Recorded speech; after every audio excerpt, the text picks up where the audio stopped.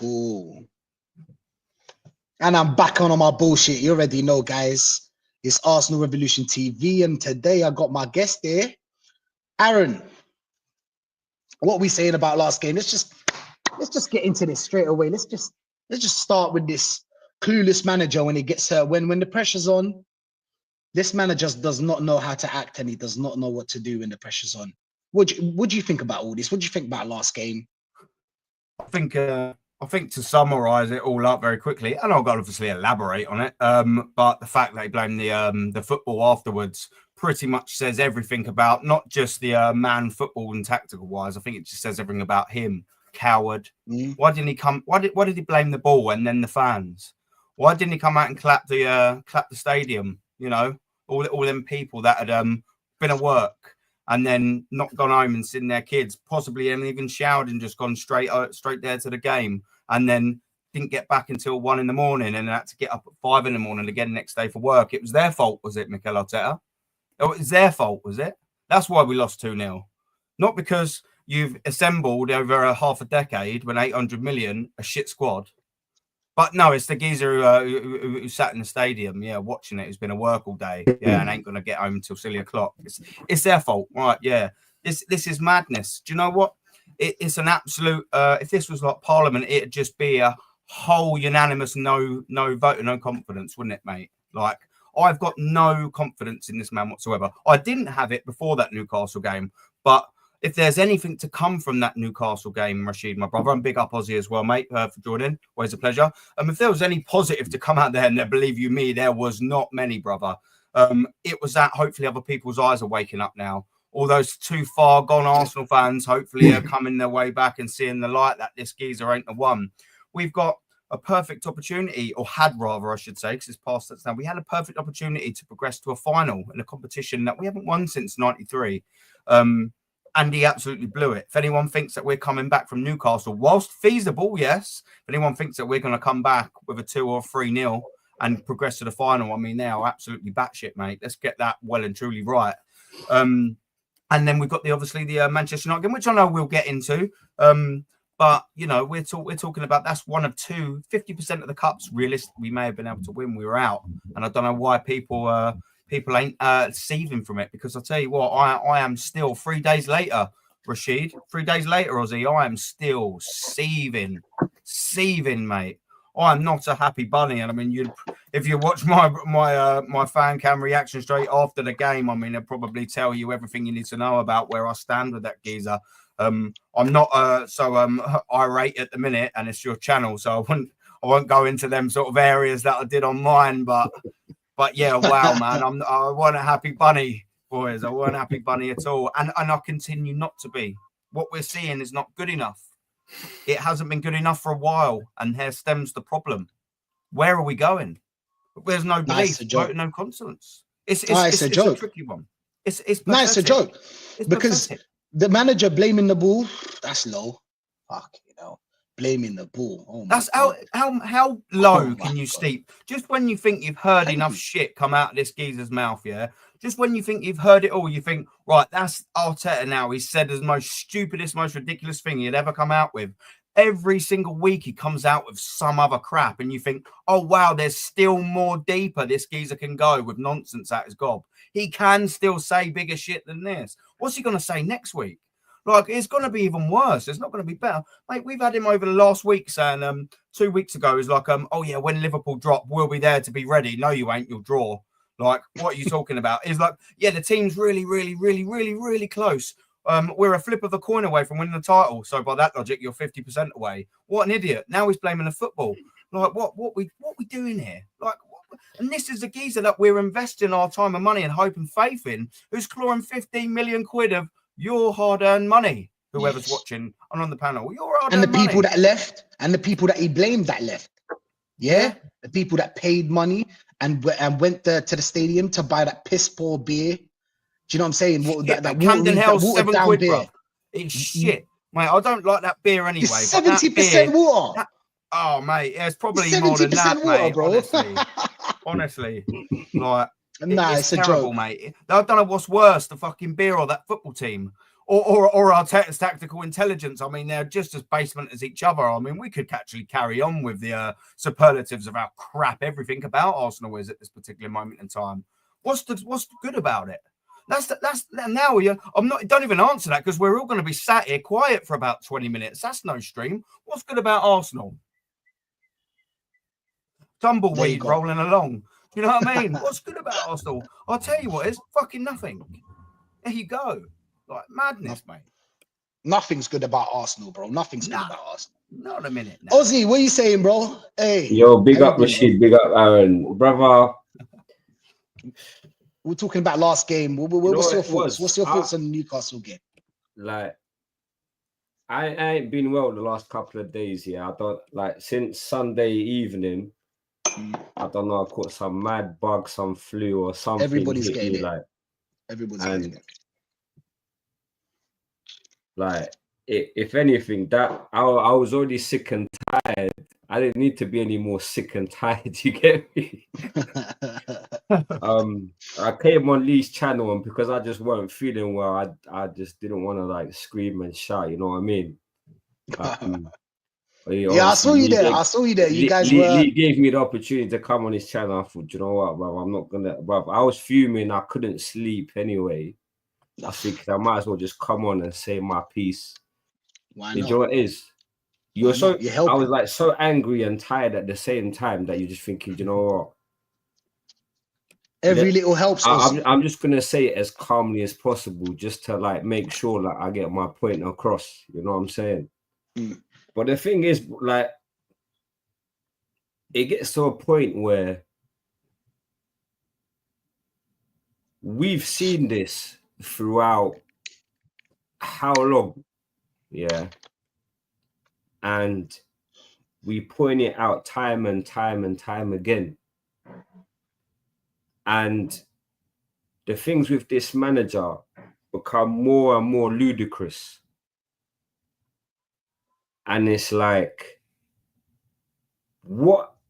how far crazy or batshit crazy or like something mad that he's gonna say or do till you think, wait, hang on a minute, like, is this guy like got a bit of a screw loose? Is he losing the plot?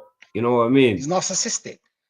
He's a narcissist. He's arrogant. He's narcissistic. He's an egomaniac, bro. How many more labels do you want to label him? He's a little tyrant, bro. Like, he's a little shit. That's bro. What he is. Bro, there's one thing I want to point out. Yeah, is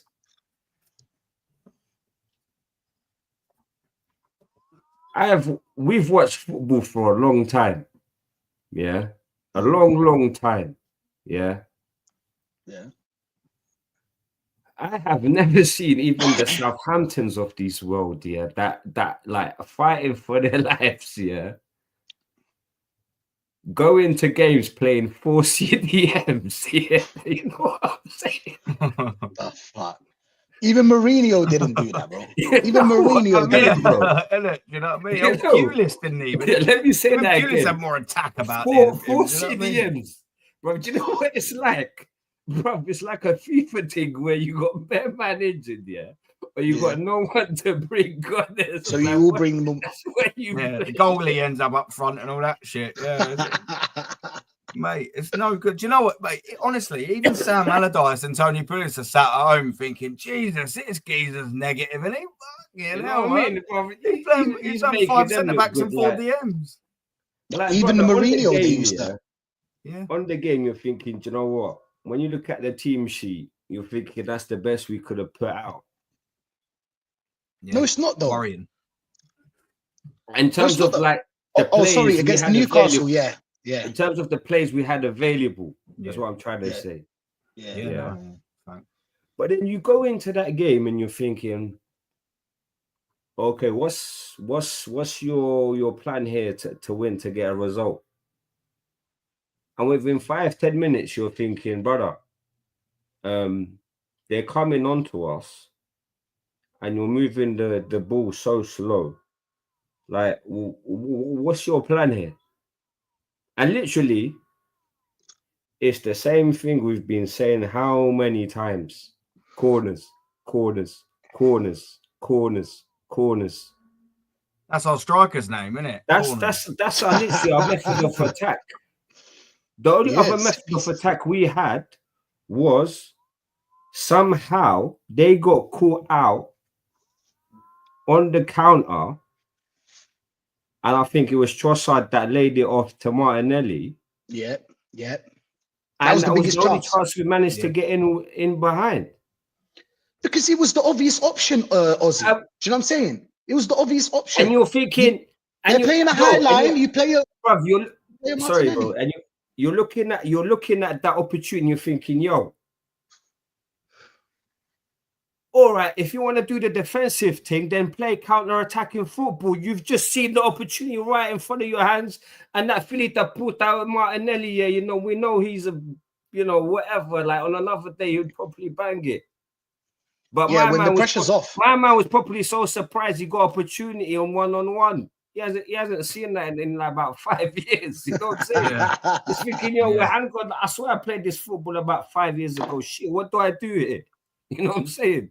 And he hits the post, and you're seeing that, and you're thinking, yo, all right, cool. If you don't have the players to go toe-to-toe with Newcastle, yeah, you've just seen them come onto you, and you've managed to counter-attack them. Why don't you do that? But obviously, this manager's tactically inept. And then you're going into the second half, and you're seeing bruv, Johnny Bravo, Jorginho coming on, and Bart Simpson coming on. You're thinking, bruv, what are these man gonna do? Like, Johnny Bravo, you know. we need to win this game right. What other central defensive midfielders are on the bench? Bro, I can run faster than Jorginho, bro. I'm not well. I know. I'm just I think I could roly-poly faster than Jorginho runs. Yeah, sure you can. Bro, Aaron could probably nick down about 10 pints of Stanley and if I got it down the pitch. Mate, I'll tell you what, I can do that. Not this month, though. I've been good 10 days in. But yeah, usually on the 1st of February, mate, I'll show you that live. Yeah. Who is it? Like, come Johnny on. Bravo. Oh, bro, but that's how it is, Ozzy. Bro, like, end the game. End the game. That's how it is, Ozzy, bro. Big up to everyone that's locked in. AFC always. Stevie Wonder can see that we need a striker. Big up to you, AFC. Listen, the thing is that our plan was to spread out the goals. That was the plan. So we don't need a striker. We need to spread out the goals. Yeah, but why don't you play the football that got us 91 goals? That's what we was doing, right? He's trying to defend his way to the title. Games that we didn't get over the line because we created so many chances, but we didn't have a bags man. What was we calling for? The missing piece, striker, bro.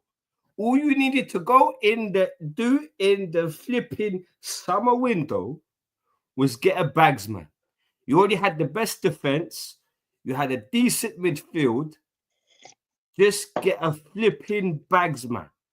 No, I'm not going to listen to what the fans say. No, I'm Arteta, man. I'm the one that's getting paid 15 million to manage here, not those guys.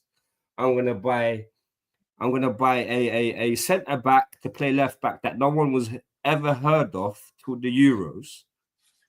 And I've already got Thomas Partey that could play number 6, Declan Rice that can play number 6, Jorginho can play number 6. I'm gonna sell the only person that can play left 8. Who should I get? Oh, a number 6. Like, bro, make it and make then turn sense. into an 8. Make it make sense. I can't. The thing is that we've got Lewis Skelly, that's a number 8, left number 8 that plays as a left back. We've got Rice, that is a number 6 that plays as a box to box. We've got Havertz, that's a shadow striker playing as a striker. Bro, and then we've got Martinelli, that's an actual striker playing on the left. Bro, this man is trying to do ultimate team on real life, bro, and he's you know what I mean? I don't know what he's doing. I'm convinced this is Arteta's tactics. Yeah, I'm sure he's got like people's name like on like an 11-sided dice, and he just rolls it, and then whoever and then he rolls it, one dice will say Martinelli, and it will just be position on the other dice, and they'll be like, "All right, Martinelli, you've got right back today. Sorry, mate."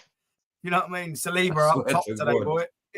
That must be how his brain functions, because I don't think there's any football nous up in that nut of his whatsoever. No, there isn't. Like I've said it, like I said on Lee's channel, and I've said it time and time again. We've seen this manager 5 years, yeah, and you could nullify him. Just, bro, if you're not planning to win the game, if you're planning just to get a draw, just play a low block. When have you ever seen this manager succeed against a team that plays a low block? Yeah. But why play? The thing is that Newcastle usually play a low block or a mid block. Because they saw Ross trying to play a low block, they played a high line.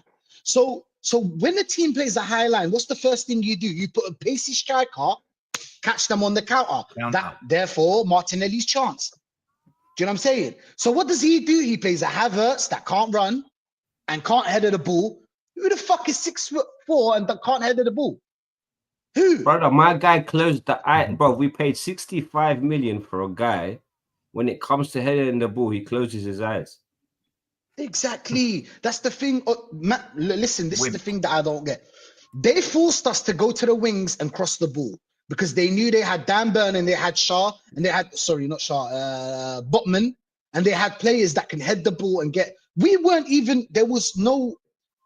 dangerous. There was no dangerous crosses. The crosses were well organized. Newcastle were well organized. They wanted us to play the way they wanted, the way we played.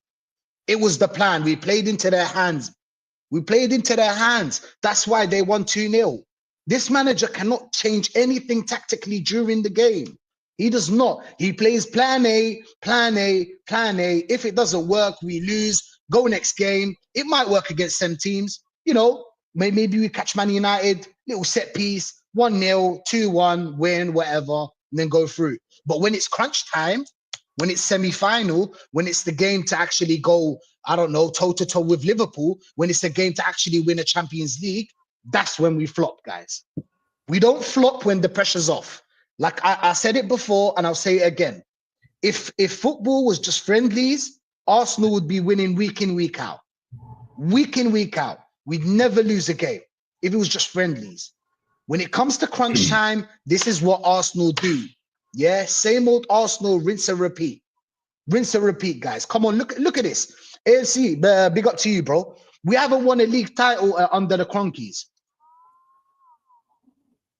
Are you surprised why we haven't? These Cronkies don't know nothing about football. And bro, they say it themselves. They're not here to... You know what? The worst thing to happen, yeah, was for them to become majority stakeholders, man. I swear to God. Yeah. I swear to God. You know, when David D left and he offered them to buy the shares in the club, that was, I swear to God, David D's got blood on his hands for that, man. I'm sorry, I love David D. He done great things for this club. But when he offered the Cronkies to buy a big... Do you remember when Spotify tried to buy Arsenal? Do you remember when Spotify tried to buy Arsenal? Yeah, bro, that was just all of bro, he was going to bring Thierry Henry, Bergkamp, and I think Vieira. They were going to do something together or whatever. Bro, sorry, he sold me the dream. He sold me the idea. I see Thierry Henry there, Dennis Bergkamp, Vieira. They have nothing to do with the club. You know how Thierry Henry is. Thierry Henry says it as it is. He does not care. He does not need the clout. Thierry Henry is a legend. Wherever he goes, he's going to work. Thierry Henry will always have a job, regardless of Arsenal. Okay? I wish Spotify bought us, bro. I wish Spotify bought us. Because the thing is that who appointed Arteta? Who gave him another contract for winning absolutely fuck all? He won fuck all. Why were you giving him a contract for? For what? For what, bro? As you can see here, he's saying we sold Ramsdale, ESR, Nketiah for 84 mil. Then there is Gyökeres. We're not going to buy Gyökeres. Any player that you want, we're not going to buy. We're not going to buy any top player. When have we bought a baller? Aaron, what's the last baller we bought? When was the last baller we bought? Sanchez.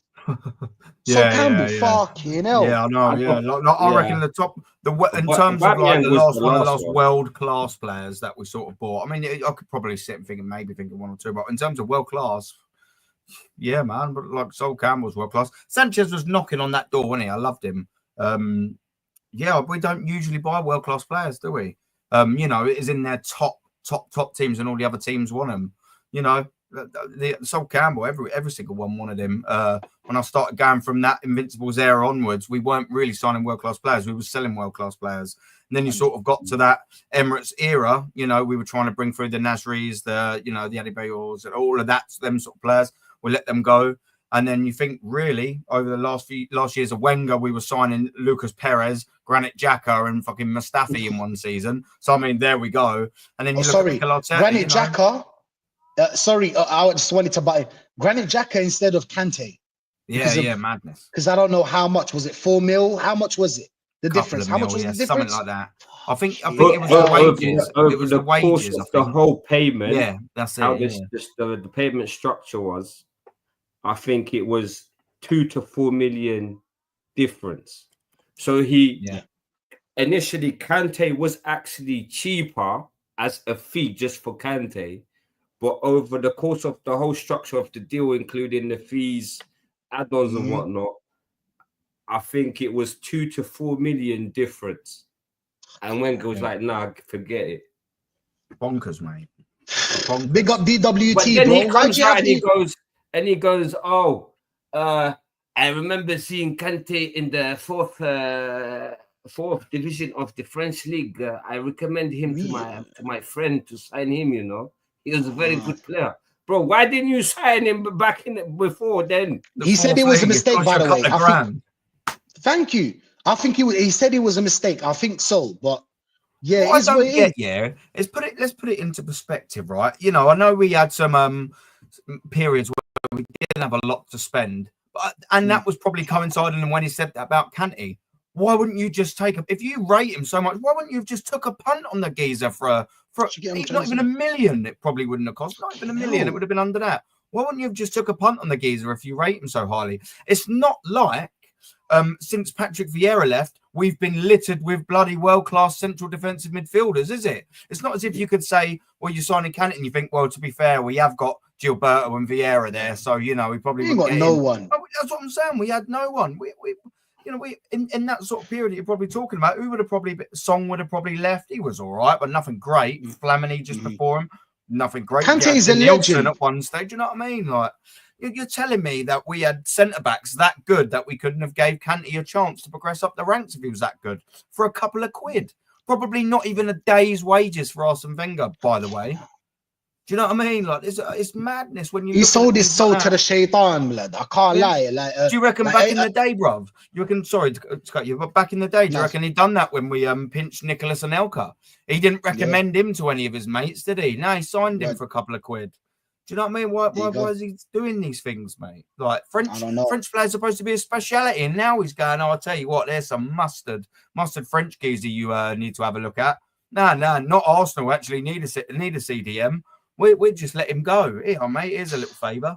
Thanks for that. We'll just stick with Flamini. Buzzing. How many years was we crying out for a number 6? Now we got 4 of them. Yeah, I know. It is what it is. But yeah, big up DWT, bro. Why do you have Ian Wright as your profile picture, bro? Why, bro? You're one of us. Ian Wright is not one of us. Do you know what I'm saying? You got DJ. It's your choice, obviously. Big up DJ Crane, bro. How you doing? Hope you're having a good evening. DJ Crane, real one. I can't lie. Real one. Yeah, so yeah, what's AFC saying here? Big up AFC. Isaac on 120k a week. 63 million for Havertz, 280k a week, people. And we brought him to play midfield. He wasn't even a striker. Do you see the difference? Do you see the difference? What is he? What is he? House. That's what he does. He's useless, is what he is. You know, the funny thing is, do you know what the funny thing is? I want to ask this question. Before he even came to the Premier League, to the manager he was playing under Bayer Leverkusen, I want to ask him, bro, what is Havertz? Because you was the one that actually blew up this guy and made him good, that made him move to the Premier League, and then no one to this day can work out what he is. Just quickly, people, don't piss off Ozzy because he's armed and extremely dangerous with a toothpick at the minute. So just I'm sorry, I've never said anything bad about you, all right, Ozzy? You're a cool guy. It's cool. I don't care, man. I see the toothpick. Well, people chat shit in the chat all the time. I do not care. Man. Good. Yeah, but that's how it is, bro. No, but that's but with Havertz, yeah. The manager at Bayer Leverkusen at the time before he moved to Chelsea, I don't know who it was the only person to this day that could properly work out what Havertz is, because he was the one that turned him into this allegedly next big star, got him this massive move. Was it 80 million or 75 million to Chelsea? I can't remember what the figure was. Yeah, it's thereabouts, wasn't it, mate? And then Chelsea couldn't work out what to do with him. And then Arteta, the tactical genius guys that we have, the tactical mastermind, the guy that needs to be studied, the guy has had a book written about him, even though he's won nothing. Yeah. Allegedly thought, you know what, I can work out this player, and then until this day, I can save her. He hasn't, and no one can still work out what Havertz is. No. Yeah. So I want to go back to that manager and be like, yo, what is Havertz, please? But what Germany, is his position? Germany play him at left back, bruv. What's going on here, man? It's like literally every single position but goalkeeper. Do you know what I mean? That's probably when we sell him when his contract probably expires, because he's going to stay here and take all of his 300 nearly grand a week. When his contract expires, he will be in goal, won't he? He'll do it. Like, what is he, man? I mean, I've never known a player to play everywhere. He's like an expensive John O'Shea, isn't he, man? Like, Jesus Christ. That's the thing.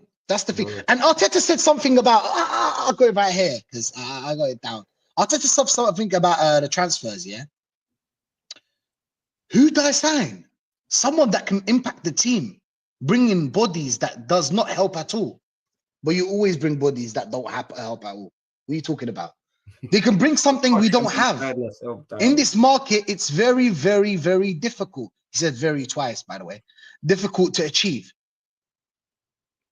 Oh, so we can't buy players in January, and when it's summer, we can't buy players either in summer. So when do we get to buy players? He's saying that we can't buy a player just for him to be a body and not to help out the team. But sorry, Arteta, you got Moreno, body. You got Zinchenko, body. Gabriel Jesus, body. Havertz, but just a body. Just a body in the team. What do they do? Yeah, not to mention the others. Fabio Vieira, Sabi Lokonga, Nero Tavares, how many players? Marquinhos. Does he really want me to go through them? Bro, we'll be here all day. It's fucking Arteta, bro. I said it on Lee's channel. I said this guy has signed probably 30 or 30 plus players. Yeah, you can count on one hand how many have actually been 5. Have been 6 relatively successful. Not even successful, relatively. Right. About 5. Big up you not, bro. Big up you not, bro. Yeah. Yeah, big up, bro. The other point I was going to mention is, you look at this squad, it's 800 million, Two of the most valuable players in this squad, he didn't even sign. Yeah. His best signing was Gabriel. Yeah. And I think Gabriel with Saliba is a top defender, I can't lie. I used to kind of like, I was fishing. Yeah, I mean, Gabriel was decent. We did like him, but he had that kind of bozo gene that he's got rid of. Yeah, I don't take it that far, because the other day when Lee asked me about the Liverpool and Arsenal, we were going to play Liverpool at that point. He was like, would you play Van Dijk or Gabriel? I was like, Van Dijk. I'm not going to lie. I'm not going to act like, Gabriel or anything. But Gabriel's been doing well with Saliba. And he's the best signing that Arteta made. Do you know what I'm saying? And I think Gabriel, Partey, Odegaard. And by these, I don't mean they're doing Ben very White well. not been a bad signing, to be fair, overall. Do you know what I mean? But sorry, we're saying, Aaron, he didn't buy Ben White for right back. Of course. He bought him for centre back. Not gonna argue so that. I can't really count a player because you made a mistake already. Now, if you bought him for centre back and then you moved him to right back, guess what? We don't have another centre back now. Do you know what I'm saying? So when you bought Rice for a number 6 and then you moved him to a number 8, guess what? We don't have a real number 8 now. Do you know what I'm saying? So it's always you're always paper over the cracks. It's just not sustainable. Do you know what I'm saying? So I think maybe the 5-6 players, like you said, Ben White, we can add Ben White there. But these are like out of 30. Scratching your head after that, and that's 4, man. But Raya hasn't been too bad. I know he started off a little bit, but like now we're talking, we're not going, yeah, he's been a hit. We're going, yeah, he's been all right. I mean, we're actually now trying to shoehorn players in. It's probably been about 3 hits, you know, and then a couple of good ones. Which actually even reflects word. Yeah, that's it. Yeah, Ozzy. Yeah. I mean, like you said, Ray has been all right, and then you could obviously add Timber as well.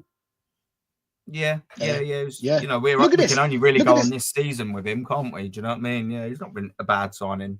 Factoring everything in, bit of a. We're talking about all right players here, Aaron. It's all right. Yeah, that's it. Oh, yeah, that's the problem. The thing is that we're Arsenal. We don't buy all right players, or we shouldn't buy all right players. We should be buying ballers that are fit for this club and fit for the dream that they sold us.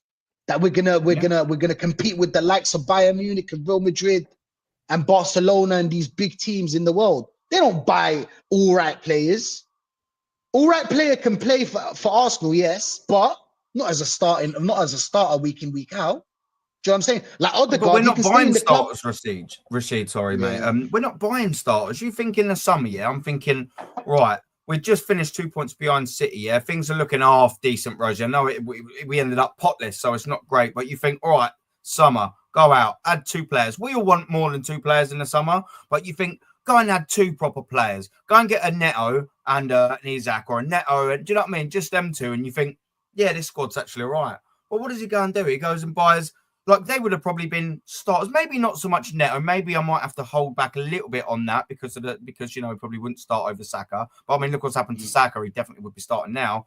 But you know, the point I'm going to make is like, he's brought this Mikel Mourinho in. That's not really a starter. He's brought Calafiori in, and he's been sort of in and out the team. But they're also average. They're not well class, and we paid top money for these boys. And mate, like, I was one of them sort of people, and the word I detest most in the English dictionary is hope. Yeah, I hate it. Hopefully, and hope. It's a terrible thing. It's not, you're not in control. But everyone thought, oh, hopefully Calafiori and Mikel Mourinho, they'll unlock Martinelli. Calafiori they ain't even unlocked themselves yet, bruv. Calafiori ain't even unlocked Calafiori, and Mikel Mourinho have been managed to lock himself. How the fuck are they going to unlock someone else? So, you know, now you're thinking, right, well, you know, that left-hand side, the right-hand side, we've got unlocked. The left-hand side, yeah, sweet, mate. Yeah, that'd be good. He'll unlock Martinelli. Now we've got Martinelli who's shit, Mikel Mourinho who's shit, and Calafiori who just, it needs time, and we ain't got it to give him. Do you know what I mean? Like, so what whole left side's fractured. And what happens there? It means that we're moving bodies all around there and thereabouts. Why is he's got now Thomas Partey playing at the right backs and things like that? It's so disjointed. We've got a whole side that's shit. We ain't got a striker. So there you go. You look, and our right midfielders, Saka's injured. So you actually think the whole attack, that's fucked.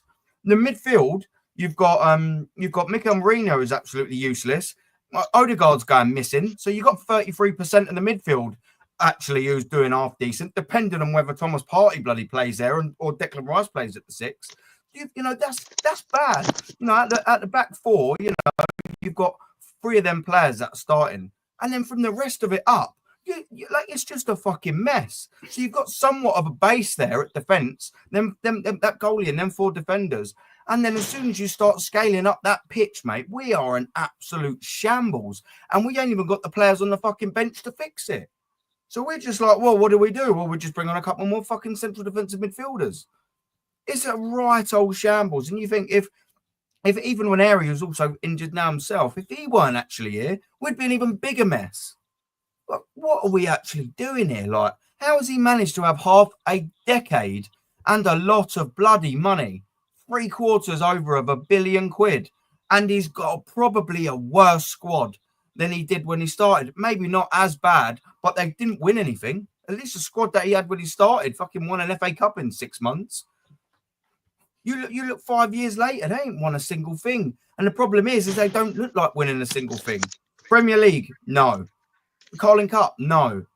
FA Cup, who knows? Maybe not. Champions League, come on. What are we doing here? We'll have to have all the stars will have to align. All the decisions in the world will have to align for us to lift that bloody European trophy this season. I reckon it's more likely I'll win the lottery 7 times on the fucking trot than seeing them lift old big ears this season. Do you know what I mean? Like, it's madness. And whose fault is that?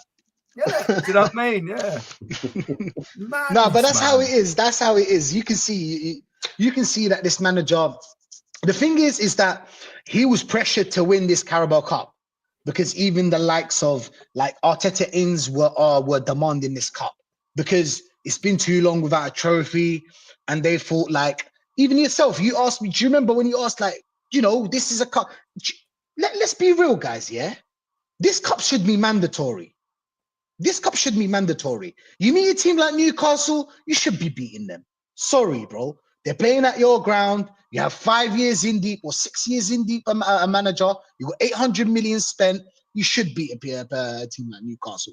We're here anyway. Let's win the title. Let's win this trophy. If it's a trophy or not, I guess everybody has a stance on that. I can't really blame anyone that says it's not a trophy. I can't blame anyone that says it is a trophy. For me, it installs a winning mentality in the players. Yeah, Pep Guardiola used to do it. Klopp used to do it. All of you always say, "Oh, mate. when Pep leaves, Mourinho, first cup he won in 2005, mate." Do you know what I'm saying? That's what these managers do. You install winning mentality in players. Now they lost the fucking semi-final. How do they feel now? The players are down.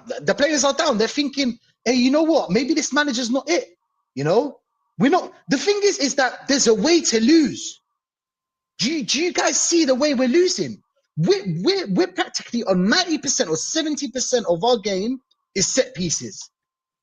Open play, we're 13th, people. 13th open play. After spending that amount of money.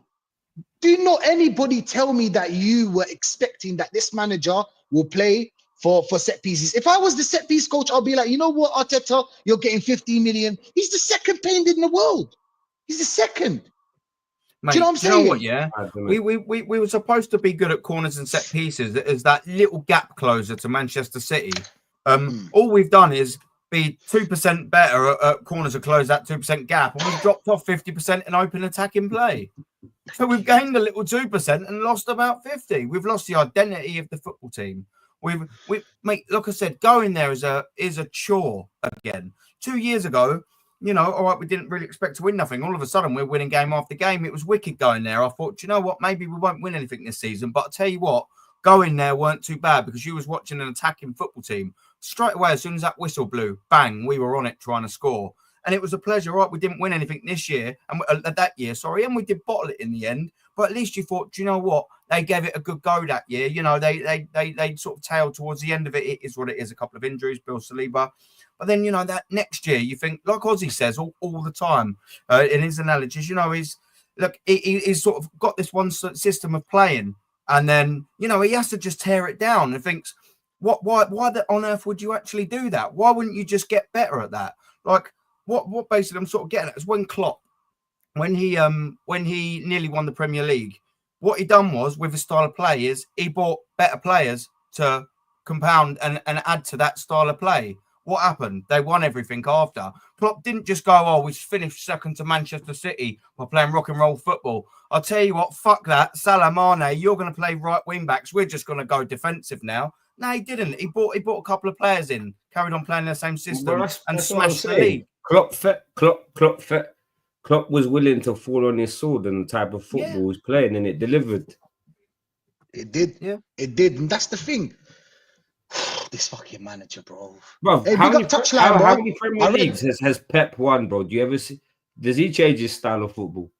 No, he doesn't, bro. He's going to buy more players in January and he's going to go again. and try again. And next year he's gonna try, and the year after he's gonna try because there is ideas. He has ideas. Do you know what I'm But saying? bro, This but this manager is what has you one get with a idea, novice manager, bro. This is what you get with a novice manager. one dimension football, Right. bro. Did you see us against Brighton? Our midfield were trying to get set pieces, bro. I only see that AFCON. Yeah. I only see that AFCON trying to get set pieces. That only happens in AFCON. Anybody that watches AFCON, you can relate. Yeah. It's a disgrace. It's a disgracia, guys. Yeah, it's a disgracia, bro. Like that kind of football, that kind of money spent, and we're trying to get set pieces. Our midfield falling on the floor, trying to get set pieces, and then hoping that Gabriel's gonna connect with the ball and score. Come on, bro. Let's be real. Let's be real here. Are we fucking taking a piss or what? Like, Do come you know on, what? man. The other thing that kills me, is we're not even winning, or you're down to 10 men, We're getting booked for taking too long for throw-ins, corners, Raya delaying, kicking the ball. Like, what the fuck are you not doing, bruv? When we also need to score. And we're taking a That's minute what's- to take it's taking a minute to take a corner. Because it breaks the 45 seconds concentration. for a That's why. throw-in. You know, when you're waiting for the ball, when you're a defender, and you're waiting for the ball for the set piece to cross the ball, you're kind of like, when you make them wait, they kind of lose concentration. So they try to catch them cold. That's the whole fucking plan. The thing is that this shouldn't be our only weapon. It should be one of the weapons. No, it's ridiculous, man. It shouldn't It's be. an absolute joke. It's a joke, bro. Touchline. I'll ask the guys. Aaron has to leave afterwards, but I'll ask Ozzy if you want to jump on with us at 11 p.m. I'm going live with Touchline. We're going to be talking about Man United Arsenal game. So yeah. Bro. Just quickly, if I'm still up, I ain't got no plans this evening, brother. I'll message you, Rashid. If I'm still up, I'll let you know, and obviously pick up Touchline, by the way. If I'm still up and about doing a little bit, sure, I don't mind jumping on. Let me know. Big up Yates, bro. Love from British Columbia, America. Hey, big up. Crab FC, big up AFC, bro. You know, Carling Cup is definitely a trophy, and it's better than pissing in the wind. Yes, 100%. It is. It installs the winning mentality. That's the thing about the cups. Even when you go FIFA, when you pick Arsenal, there's like a list. They tell you need to get here, you need to win this, you need to win that. You know, Ozzy got sacked. Ask him. Yeah, but I won it, bro. I won it. But I won it, and I got sacked for finishing second, blood. They got some standards on FIFA, yeah. We got standards on FIFA. Like real life. Got more, you know what I'm saying? If FIFA got more standards, then this flipping. This is a joke. I can't lie. Mate, this is a joke. I believed in you, Ozzy, that whole season, mate. FIFA bored out, mate. I'm Ozzy in. Don't worry. Ozzy in, mate. I'll never be Ozzy out, bruv. Don't worry. They got it wrong, that FIFA board, mate. Nah, but second's really, an achievement now. What are they on about? Don't forget the narrative. Second's like a trophy. Yeah, there you go. We're gonna do the treble, boys. But it took Klopp 3 years. Notice how that has been completely buried. Yes. And what did they say? What did they tell you? Aaron, Ozzy, what did they tell you? Yeah, they tell you, oh, Klopp won it in 7 years. Sorry, wait a second, bro. Klopp in 3 years he won the Champions League. Did your manager win the Champions League in 3 years? But that's what he told Willian. That ain't happened. 3 fucking years. Yeah, but don't forget how many finals Klopp got to, bro. Yeah.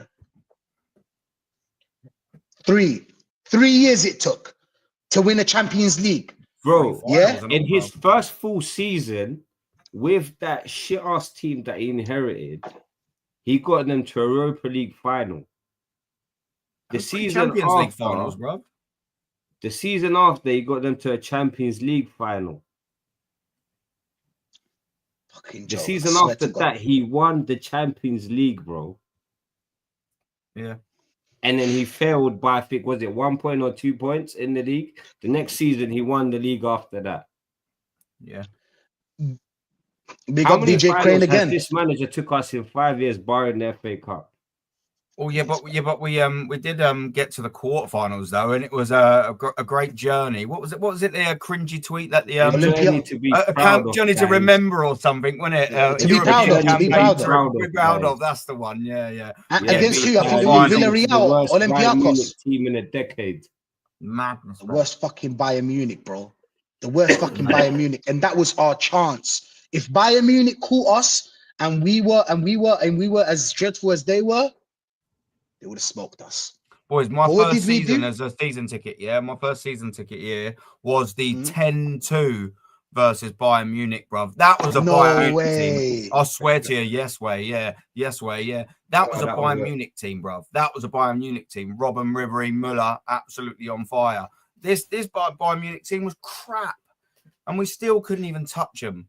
Couldn't even lay a glove really on them. If you look at over the two legs, do you know what I mean? Like, you just think you've got a real opportunity here. They're absolutely stinking the place out in the league, out their cups, Harry Kane syndrome, and you can't even beat them. Like, there you go. But I was to be proud of though. We're really proud of that. I weren't proud to scrape a passport. Yeah. I wasn't proud. You were proud. Penalty shootout. So I wasn't proud when I was watching Arsenal play Bayern Munich and not even attempt to score at them in Munich. I was proud about that. Oh, but it was the quarterfinals and we hadn't been there in a while. Don't forget, we hadn't been there in a little while. Oh, well done. Oh, so that just means to say, oh, okay, then, because we ain't been there in a while, what we'll do is we'll go out in the group stages because we ain't been out there in a while. And then maybe next year, I won't mind us getting the last 16. And, if we can get, after 3 years, if we can get to the quarterfinals, then woo, success. Nah, bro, I want to fucking win it, mate. I don't want to be in it. I want to win it. But unfortunately, Arteta and the Cronkies just don't really seem to see it that way. Yeah, do they want to win it? Well, yeah, if you offered them yes or no, they would. But ambition is the answer to that question. Do you want to win it? Well, let's see it. How ambitious are you? Well, I'll tell you what, we're on the 10th of January at the minute, boys, and it don't fucking look like this board's being ambitious. And the narrative, again, Arteta's peddling out is, we're in the window, we're active, we're waiting for opportunities.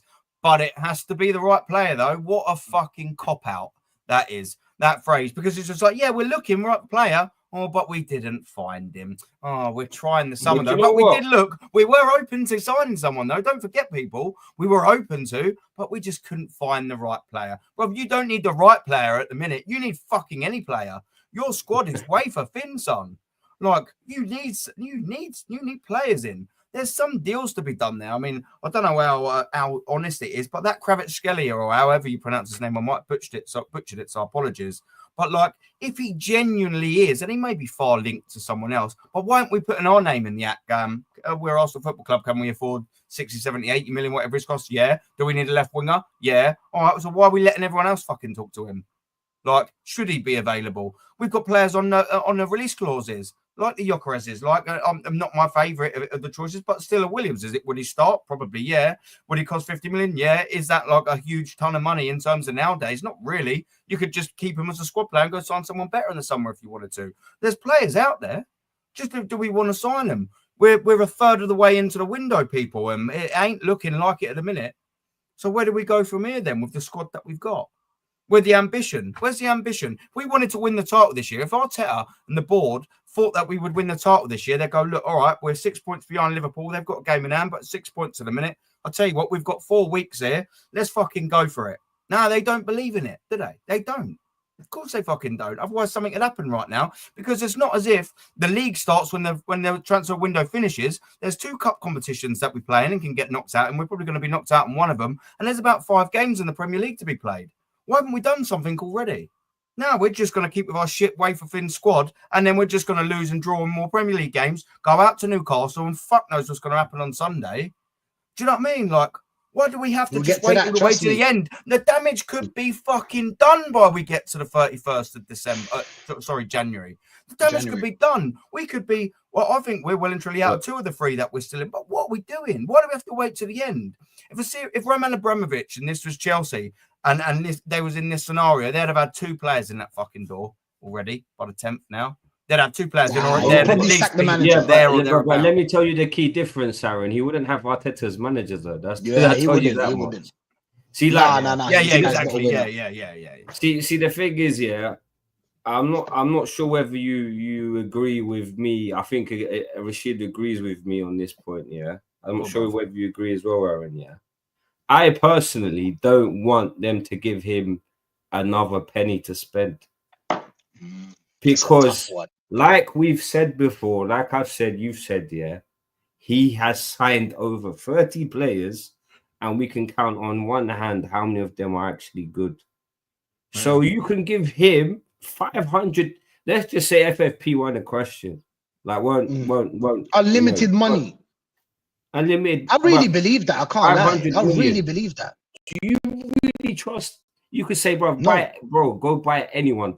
Even if it costs. You can do a Barcelona and go or an Mbappe and go buy someone for like 200 something million.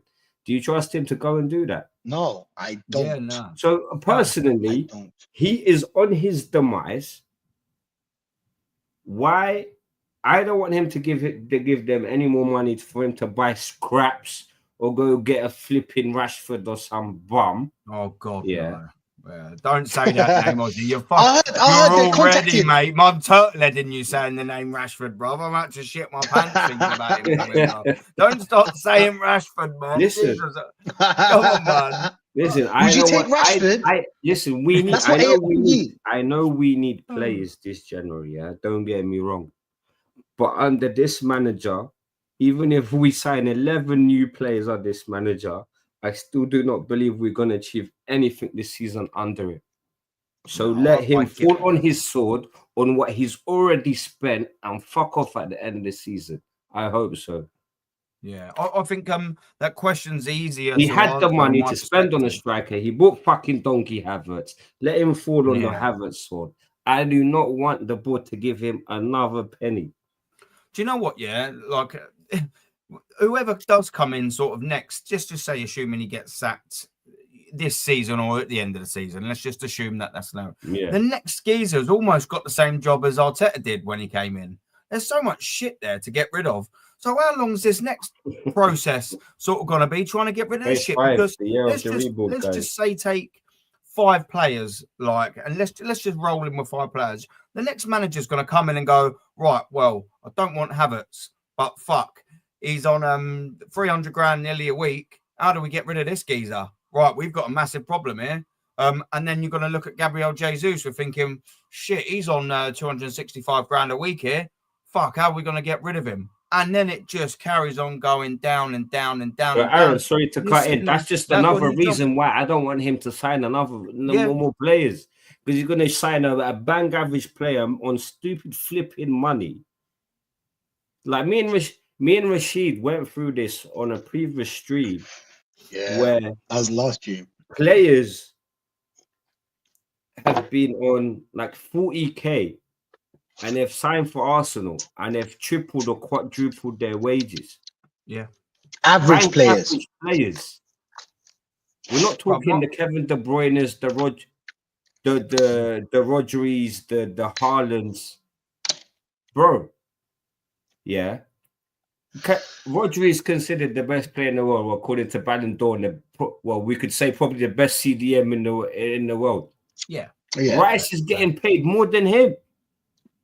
Absolutely fucking crazy, bro. Rodri is on 220. Rice is on 240. It's insane. They get the money before the merit of it. I mean, our wage bill is already a pile of debacle. Yeah. Why are we gonna give this manager more money to fucking add more debacle to the wage list and for players we can't get rid of? Yeah, we had this issue. We've got the other thing is that people forget. I haven't seen people mention it a lot. Yeah, what we did with Thomas Partey this season. He's got 6 months left on his contract. He can go and sign for anyone. It's out of our hands, isn't it, mate? Yeah. We spent. You see, Trossard rejecting money as well on him. He cost us 40 million, but he's still our best defender. And we're just going to let him go for free? Which is fucking crazy. Trossard doesn't want to sign. Trossard hasn't wanted to be here from the summer, bro. He wanted to go to Saudi. Yeah. You can see that. I think he's declined the contract extension twice. He does not want to. He's not shit. We know what we can get out. I'm not saying he's world class, yeah. Nah, of course not. But Trossard is not performing because he does not want to play under this manager. Yeah, 100%. The proof's in the pudding, isn't it, Ozzy? Like, boys, chat. The fact that he ain't really turned up in many, if any, games this season. That, like, and he's got the quality. And he It has just a tells you reason ain't to. playing. He has a reason to, because how many times has he turned up, been left on the bench anyway? So what's the When we point of signed being him, plays or when we not? signed him, It's not like he he's going came to and he play was the next scoring. game Yeah. unless Martinelli's injured, unless it's down to injury. Yeah, bro. When we signed 100%. him, he scored like didn't he get like player of the month or something like that? And Arteta binned him for another month. Yeah, Yeah. and he was something like he that, was, wasn't no, it? he Yeah. rushed Jesus, who literally just came back from a flipping knee injury. Yeah. How ACL. are you benching To your take best you're player right.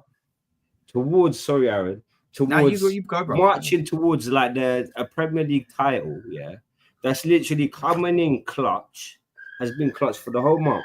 To watch a player, not that's had like, yeah, I had a niggle, or I was a bit sore.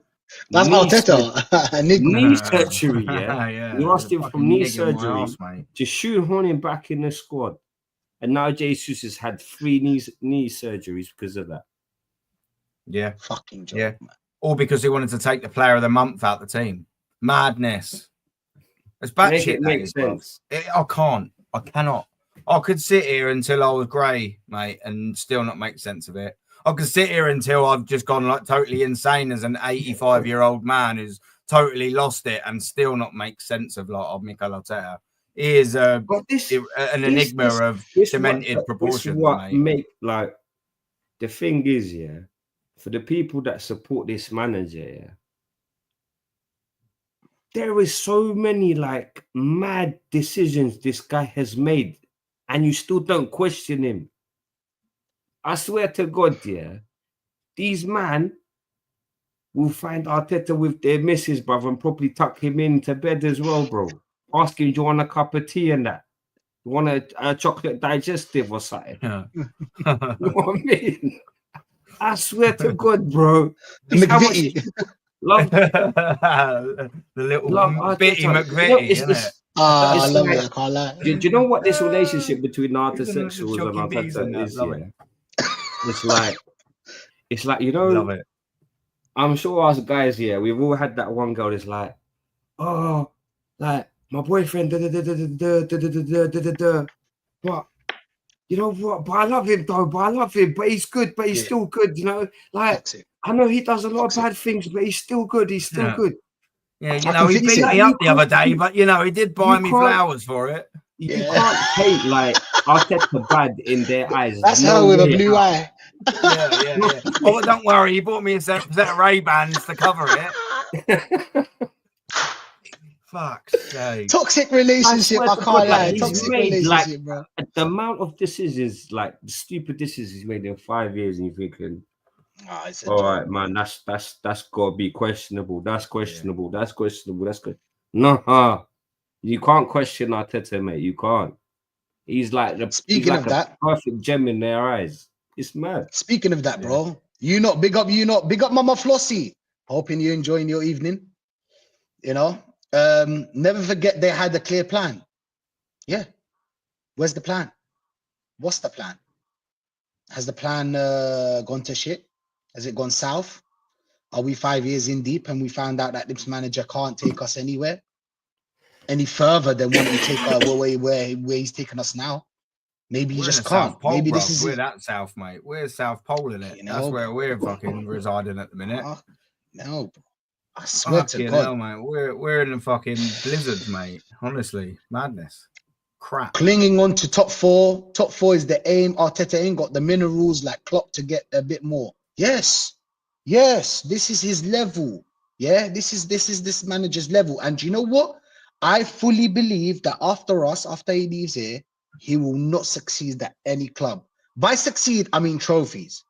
He will not win any trophies. This guy is not made for trophies. He is not. He is not a clutch manager. He's not for the big moments. Anytime the pressure's on, same old Arsenal. I thought that he fixed us. The thing is, this is what I don't understand about Arsenal. We used to have a great attack and we had a shit defense. Now we have a shit defense, but a great attack. But there's only one thing that's still the same. When it comes to clutch moments, we fold. That's the only thing that has been since fucking 2006. When it comes to clutch moments, we fold. No matter who the manager is. Because we haven't had the players in the moments that are gonna get you over the line. We haven't had the manager nor the players. Look at this team and you think, you know what? Yeah, all right. Shit is starting to fall apart now. Yeah, in a must-win game. Yeah. Which player do you look at? Yeah, full fit squad. I'm not just talking about the team we have now. Full fit squad. And you think, oh, do you know what? He's gonna pull the players together. They're gonna swear it out. You can't name me one. Yeah, madness, bro. I can't. How we got here, man? That's the thing. How we got here? Bro, I've said it time and how many times do I keep telling you guys? Yeah, Arsenal is soft belly when it comes to the crunch. Is soft belly. Crunch time. Arsenal is soft belly.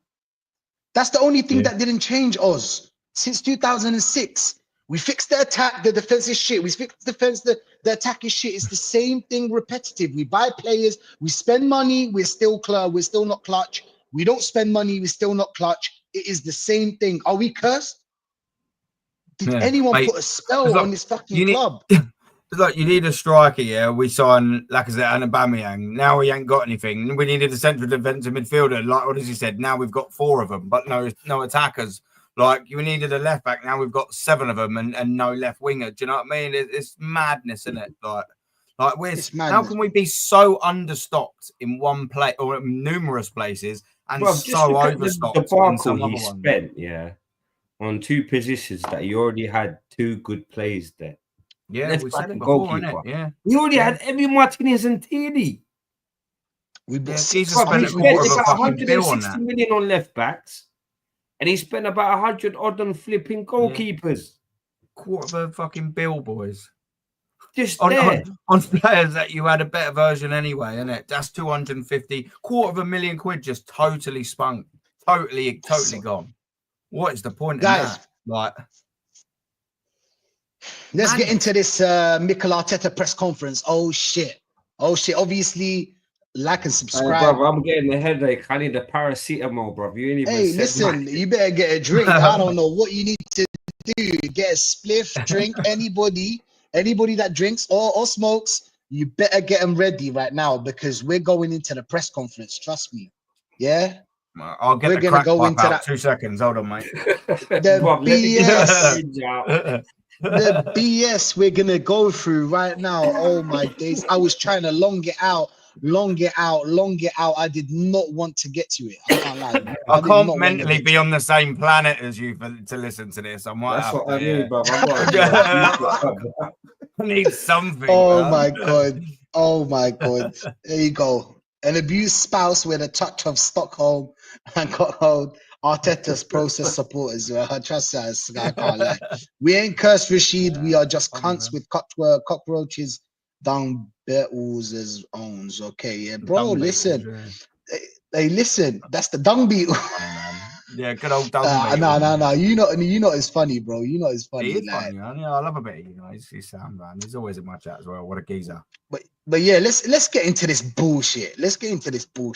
On the importance of the FA Cup for us this season. It's a massive part of our history. We've won it 14 times. Well, you've been there about how long? 4, 5 years? 4 times, yeah. Isn't it? Yeah, so you didn't bin it. So now, did you bin it or not? So if you didn't bin it, you tried to win it, but you couldn't. So you either failed or binned it. Either way, you're in a sticky situation, my friend. It's a beautiful game to play against a massive club, a very special occasion, as well as the amount of supporters that are going to bring. Okay, so it's very, very big. So guys, this guy's saying that the FA Cup is a huge cup for us and that we've won it 14 times, but he's been there about 4 times or 5 times. What are we saying about this bullshit that he's saying? We just started and he's already on his He's already started on his bullshit. What are we saying, Aaron? What are we saying about this? What are we saying about this? Let's see.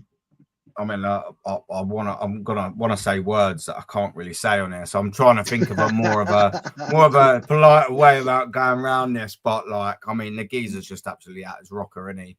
I mean, like, here we go. Like, I read this a little bit sort of like earlier, and that's what I'm saying.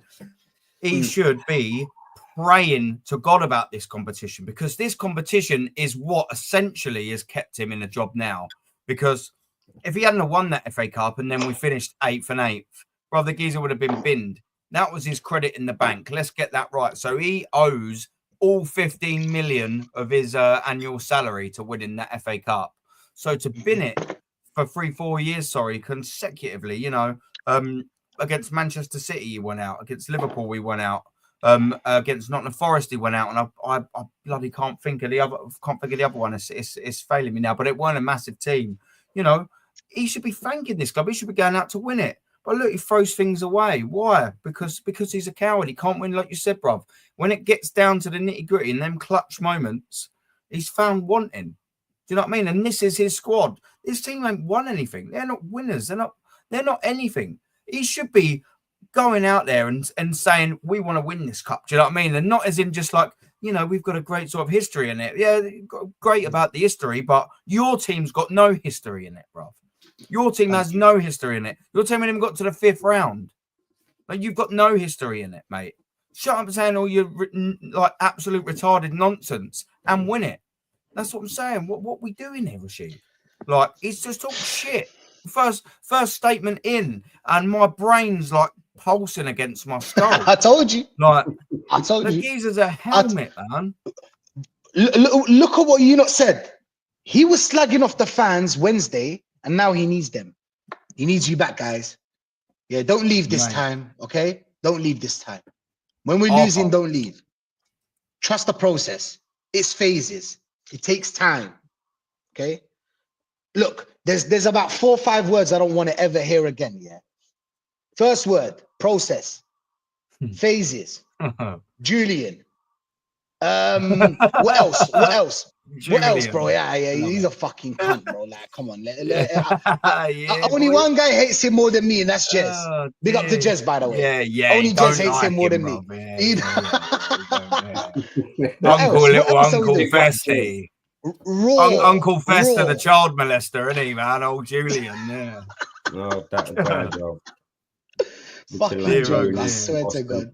Now he needs everybody to treating the fans like a number 9. There you go. What was it?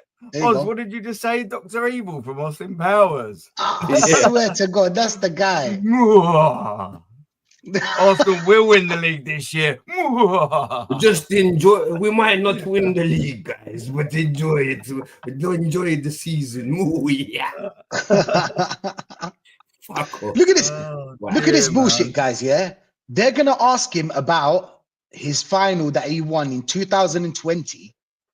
That's 5 years ago, by the way. After spending all that money, if it was his best day in management. So remember, guys, yeah, something he done 5 years ago. That's the best day in his management. And then he binned all the cups. By the way, he binned all the cups after that. Okay, let's get into this. Look at this quickly. Just one sec, Rashid. I'm looking at this now. There's like 5 questions there. And like after the first 2, which it still doesn't really talk about the Man United game anyway, then he starts talking about the geezers asking the questions, starts talking about Man United. Like, this is an FA Cup game, and other than just saying, oh, you done all right in the FA Cup a couple of years ago, didn't you? Where's the Arsenal Man United talk? Like, I mean, you might scroll down and see it, but he answers as ridiculous as the questions he gets answered and all, man. Like, it's just a whole little fucking show of nonsense, isn't it? Like, it's a circus. It's a circus, isn't it? Like, I'm reading down as you're like scrolling through. I'm thinking, if someone said to you, aside from obviously like the first little bit, like, you'd be thinking this could be any fixture against anyone. Like, where's the Arsenal v Man United talk? It's one of the biggest rivalries in football. Back in the early, especially, we can't go back. I can't personally go back to, the 80s when we were still massive rivals of Manchester United. But 90s and early noughties, mate. Like, that was when it was at. That game was box office. That was one of the biggest games in the world at that time. People were saying, we'll see Barcelona, Real Madrid. They was also going, let's watch Arsenal, Manchester United. These little punks ain't even asking any question. They're going, what do you think about him? He's all right, isn't he? Who cares? Where's the fucking talk about the game, man? Isn't it? Like, sorry I didn't want to jump in on you reading that out. I was just reading that. No, it's all right. Nuts, it's bro. all right. We're here until 11 o'clock, maybe more. We don't even know. You know what I'm saying? We don't even know. Me and Ozzy can go for hours. Aaron, I know that you're on limited time. How are we? We're not going to tell anyone. Until I get the thumbs up, brother, and the laptop being turned off, brother, I'm leaving nothing to chance. I'm not letting you perverts watch. All of you in the chat and all. I'm facing it that way. You ain't watching what's going to happen. Exactly. You got to pay for the subscription, guys, yeah? Yeah. To hear what happens. You got to pay for that shit. Rated at OnlyFans, .com, But yeah, this is what he goes on saying. The memory of winning something, celebrating and sharing it with your people is the ultimate goal. Oh, wow. I will never forget the process and the people process. And the people that you meet. But overall, I have a great memory about this competition. Then why'd you bin it? Why'd you bin it? Focus, guys. Just focus on that he didn't say that it's this best thing he done in his management. Now, I know why he said it. Well, I have a theory. He didn't want to say it's the best thing that happened in his management so people don't focus on it. Because if you say that it's the best thing that happened in your management days, we're thinking 5 years ago you won a cup. Oh, wow. What am I supposed to do about a cup? It's an FA Cup. You should win it. It's mandatory. It's Arsenal. You win the FA Cup. Arsene Wenger used to win the FA Cup with a couple of with kids, about 5 players that are kids. He used to win the FA Cup, and you're making it sound like, oh my God, look at the Riddler. Look at the Riddler. The memory of winning something and celebrating and sharing it with your people. Oh wow, oh, fans, please, fans, come back. Believe in me, fans. Yeah, he's calling for the fans to come back because the fans have had fucking enough, yeah? You see the guys that were on the fence? They're turning, guys, yeah? Because they saw through his bullshit. Newcastle, Brighton, it tells you a lot about this man with this football club. What do you think? What do you think, guys, about what he said about his best day in management was 2020 when he won the final? That was not his team, by the way. Guys, it wasn't his team. It was Unai Emery's team, but he still won it.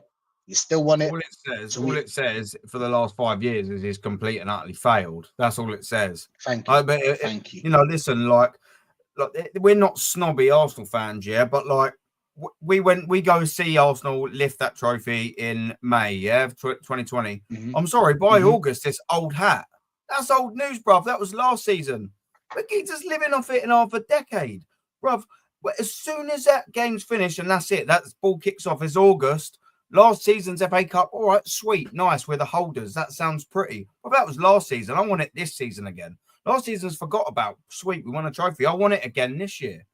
Like, I don't get what he's like. He's living off of that. Oh, yeah, it was a great moment 5 years ago. 5 years ago, that just says how bad you failed. Do you know what I mean? It's not like you were saying, oh, yeah, last year it was wicked. Do you know what I mean? What a day that was last year. You're thinking, oh, that's not so bad. We're talking about half a decade ago, bruv. Do you know what I mean? It's madness when you put it into perspective like that. How he's bragging about failing for 5 years. Yeah. Come on, man. Yeah. Madness, bruv. You can see how he's not mentioning. He's not mentioning how he failed the last 4 years to win it. On the difficulty of turning a club's fortunes around mid-season. Okay, that's a good question. Now, people, they're asking him about how he's going to turn this around, because apparently we're in a bad situation right now. Wow, how'd that happen? But he's supposed to turn it around now. Now we're going to talk about turning it around, yeah? So it's still about process, belief. We're still in that phase where we have to believe that he's going to turn it around. And I don't know what he's going to say here. Every manager, when he is appointed is for a reason. I don't know what the fuck the reason you were appointing for, but the reason can be different. Oh, okay. He answered my question. Sometimes it's just to improve a football team. Wait. Guys, he is just here to improve us, not to win. He didn't talk about trophies. He's not talking about trophies. He's talking about just to improve us, which he done. That's what he's talking about. So he was appointed to improve us, not to win, just to get us top, top four. Rashid, Cool final here. Go on. You know what that's like? Go on, yeah? Aaron. Did you play football when you were younger? Yeah, I did. Yeah, same. Do you know, like, and I'm sure you did as well, Oz, yeah? Yeah. So do you remember like when you'd have your little presentation evening and you'd get like player of the season, manager's player, and then you get the most improved. Like, yeah. That's just like a little like gift to the shit one, isn't it? The most improved. So he just come here to just improve us. Oh, great. Well, that's what I paid the season ticket. Well, right, I'll tell you what, we're going to get some improvement. We're going to finish 8th, then we're going to finish a better 8th, then we're going to finish 5th, then we're going to finish 2nd. And now, don't worry, after the 5th year, this is where it gets good. We're going to finish 2nd, but with 2 less points. Great. Oh, thanks for that. The most improvement. Brilliant. I'm buzzing. I'm absolutely head over heels with the improvement trophy 2025. Yes, get in there. The improvement when's trophy, the parade? Guys. The improvement trophy, guys. When's it's the parade? Just when's the parade? The parades are after the end of the season. They bring out the players. They bring out the wives. You know what I'm saying? They bring out that beautiful wife of what's his name? Kivior. You know, he's got a sexy wife. She's tasty, bro. You know what I'm saying? No, They're don't gonna get bring me her out. started, man. she is blue pill hot, isn't she, man? Nah, she is. I can't lie. She is a blue fucking pill. I can't lie. Jesus, man. Hey, listen, if he has an erectile dysfunction with that, he's unsavable. I can't lie. He's unsavable. Yeah. You can't have an erectile dysfunction. If that ain't letting your soldier stand firm, then I don't know what is, man. Do you know what I mean? Obviously, we feel for the people that have that disease. But yeah. Sometimes it's just to improve football teams and get more performances out of certain players. Sometimes it's to transform the football team, but then he just stops. That's a totally different dimension of a job. If I have to relate to mine at that time, it was more towards that than the previous one I mentioned. Okay. Basically, he's saying they just brought him in here to improve. He's basically telling the fans that he's not here to win trophies, it's just to improve. Ozzy, what's your take on this? Come on. Ozzy, what's your take on this, bro? Hello? BS on BS on BS on BS. Oh, okay. BS. Bro, so it's just BS. He can't add anything. Bro. Improve, transform, this, that, change, turn around, overturn. Like, so what the fuck have you achieved? Man. I swear to God, man. There's nothing to say to this. Come on, bro. It's just where's the Arsenal United stuff, bro? Like, this is what I'm saying. We're scrolling down now, and I'm just like thinking, all I'm reading is like, oh yeah, cutting edge. What about the club's fortunes? Oh yeah, the January transfer window, and it's just like fucking, oh yeah, it's an Arsenal Man United one. Like, it's not just a chat, is it? This is an Arsenal with Manchester United FA Cup third round fucking press conference, and so far there isn't virtually anything about Arsenal versus Manchester United. Like, madness. It's an absolute joke, bro. So yeah, guys, he's just gonna improve on last season, basically. So all that bullshit, all that paragraph you can see there, it's all bullshit. I'm gonna tell you straight up. He's just saying that he'll improve on last year. Even if he doesn't, there's no accountability. So it's not really like he has to do that. But he's just going to improve on last year or get the same as last year. So second place, little quarterfinal in Champions League. I don't know. If we beat Man United, we might get somewhere. I don't know, really. Just, but trophies, if you guys are asking about trophies, nada trophies, my friends. Nada trophies.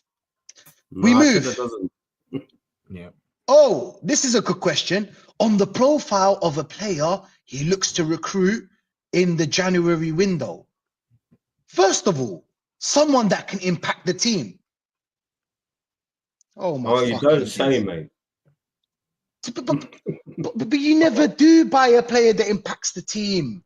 It's not like you always do it. It's not a normal thing for you. We had to count about 5 players and think about it, scratching our heads and thinking about it. Aaron's telling me this player and I'm telling him this player, and then we're like, oh, is he really all right? Yeah.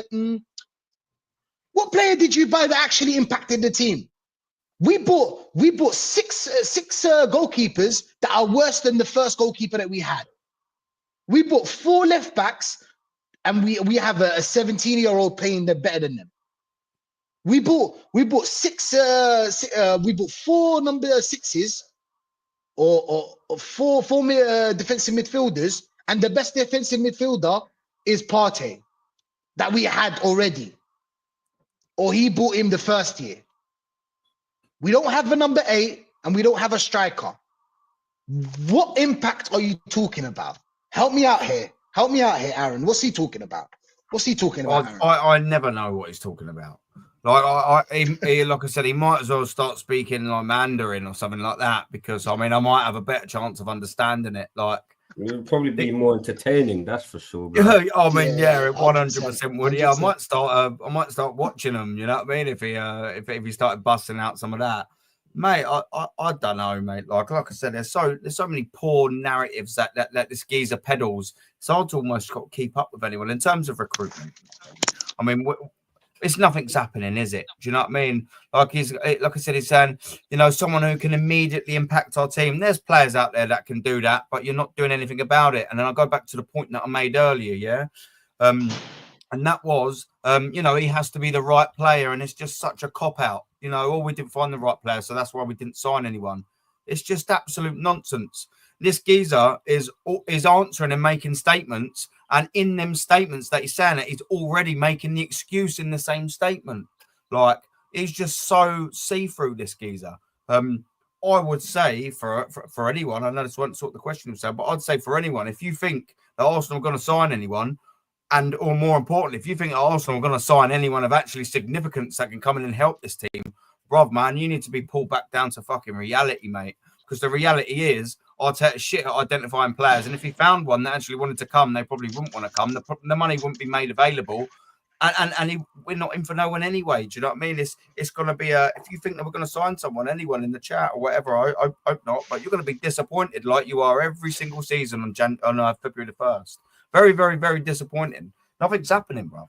I'm telling you. And like Ozzy Nothing's said, happening in January. Would you even fucking want him to make anything anyway? Do you know what I mean? Yeah, it's a real tricky question to sort of answer, because there's actually and it's a question for the variables. It's a question for the chat as well. Big up to everyone in the chat, bro. Make sure to subscribe to Aaron, bro. He's a real one. Listen, this is a question to the chat. Big up, okay. Should we give this manager more money to spend?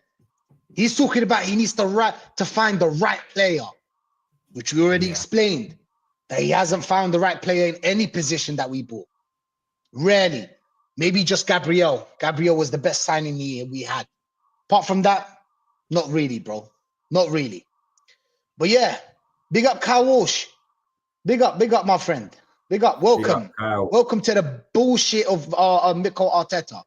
So, since you just joined right now, we are asking our chat, if you drink or smoke, might as well start right now. Okay? Because we just started this. So everyone started drinking and smoking 5 years ago. I wonder what that coincided with. I'm blaming my Stella gut on Mikel Arteta. Like, When like, you know what I mean? Like, when my missus looks at me and think, "Oh, you put on a little bit of weight," I'm just going to be like, "Yeah, Mikel Arteta." You're like, "Oh yeah, I suppose so. Yeah, you're Trust me, bro. I'm getting more grey hairs by the day. yeah." Listen, man. Mate, Listen, it's all book. And we move, guys, and we move, yeah. Let's go.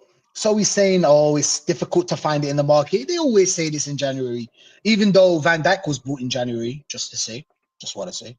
Van Dijk was bought in January. Abba was bought in January, so not really, you know. Other teams find players to buy, but we can't, you know. I think Man City are gonna buy Marmoush, you know. He's available apparently. But anyway, now he'll get more out of the players to improve our cutting edge. Oh, okay. How he'll get more out of the players to improve our cutting edge? Ooh, cutting edge. We have no edge, bro. We are, oh my days. We are. Look. If you look at a sample of a game, do we have an edge? Are we played in phase 1? That's how. Oh, we need a rebuild after a rebuild. Is that what you just said to me, Ozzy? We need a rebuild after a rebuild. Don't say yeah, you know he said because I didn't hear that. Right. Says in it, how is he going to get more cutting English isn't my first language. Huh? English isn't my first language. Bullshit is my first language. That's what I hear. I only hear bullshit. You know what I'm saying? That's what I hear. We need a rebuild after a rebuild. Like I said, let that sink in. How is he going to get more out of the players for a cutting edge? Play the same football we played in phase 1. That's what we're playing, isn't it? We're playing the same football in phase 1. That's the cutting edge, guys, isn't it? The set pieces was the cutting edge. It's not cutting. This guy's smart. This guy's smart. Look at what he says. If you look at a sample of a game or 2 or 3, that's a very small sample. Well, I'll just stop you right there, Mr. Arteta. Yeah, it's not just 2, 3 for 3 games. We've won a couple of games, and we had the set piece coach on our side, obviously, that helped us through these games. It was the set pieces that helped us through these games. These problems that are occurring now, we've seen them, but there were signs before. There were signs of the problem before. You know, when you get sick, thank God, if you believe in God, nature, whatever, there's always signs before you get sick. So you can go to a doctor and sort yourself out before you get sick. Correct? There's always signs. Yeah.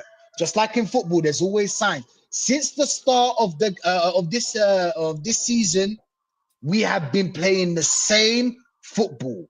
We've been winging it against some teams because some teams, this system you will beat some teams using this system. And then when it gets to other teams, you can't. That's why Slot, when he plays some teams, he plays in a system. When he plays other teams, he plays in a different system. You can't just use one system, Mikel Arteta, yeah? And by him saying, oh, don't use 2 or 3 games as sample, you got what he said, Aaron, right? You kind of understood what he said, right? As in, don't judge us on Brighton. This is basically what he said, guys, yeah? I'm just going to summarize it because this is all bullshit after this. Don't judge us by the Brighton and Newcastle game. That's what he's saying.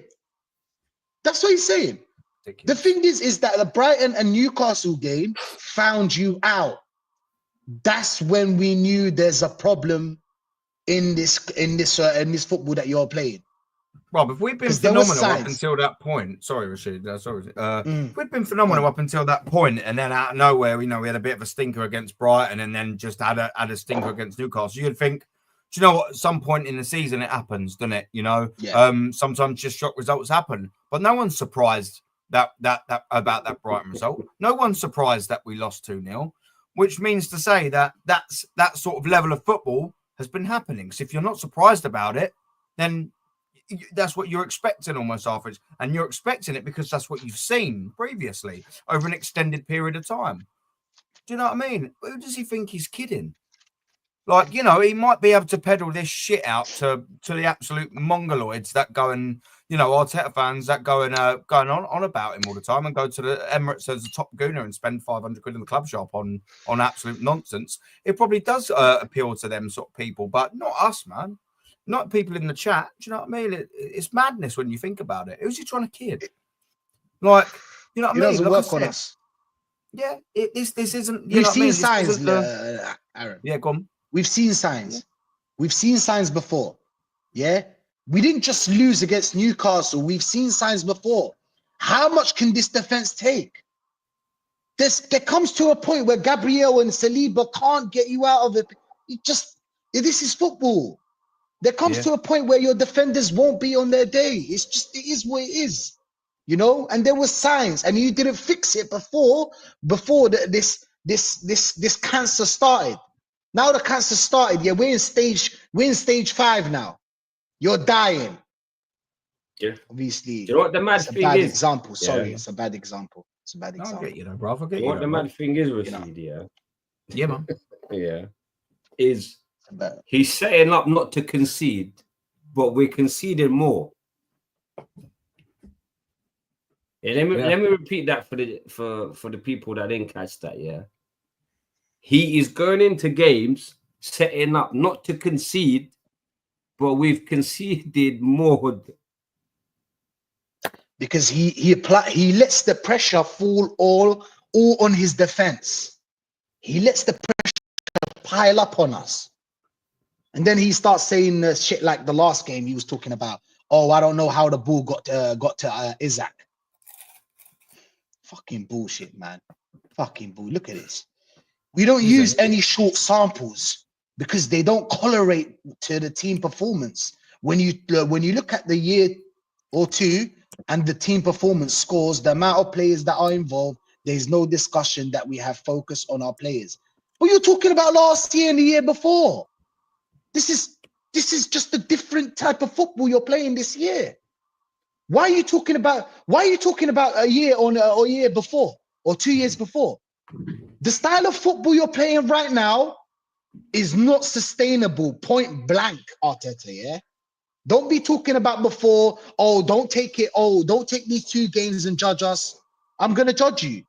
Because, sorry, since the start of the season, you have not been to the level that we expected.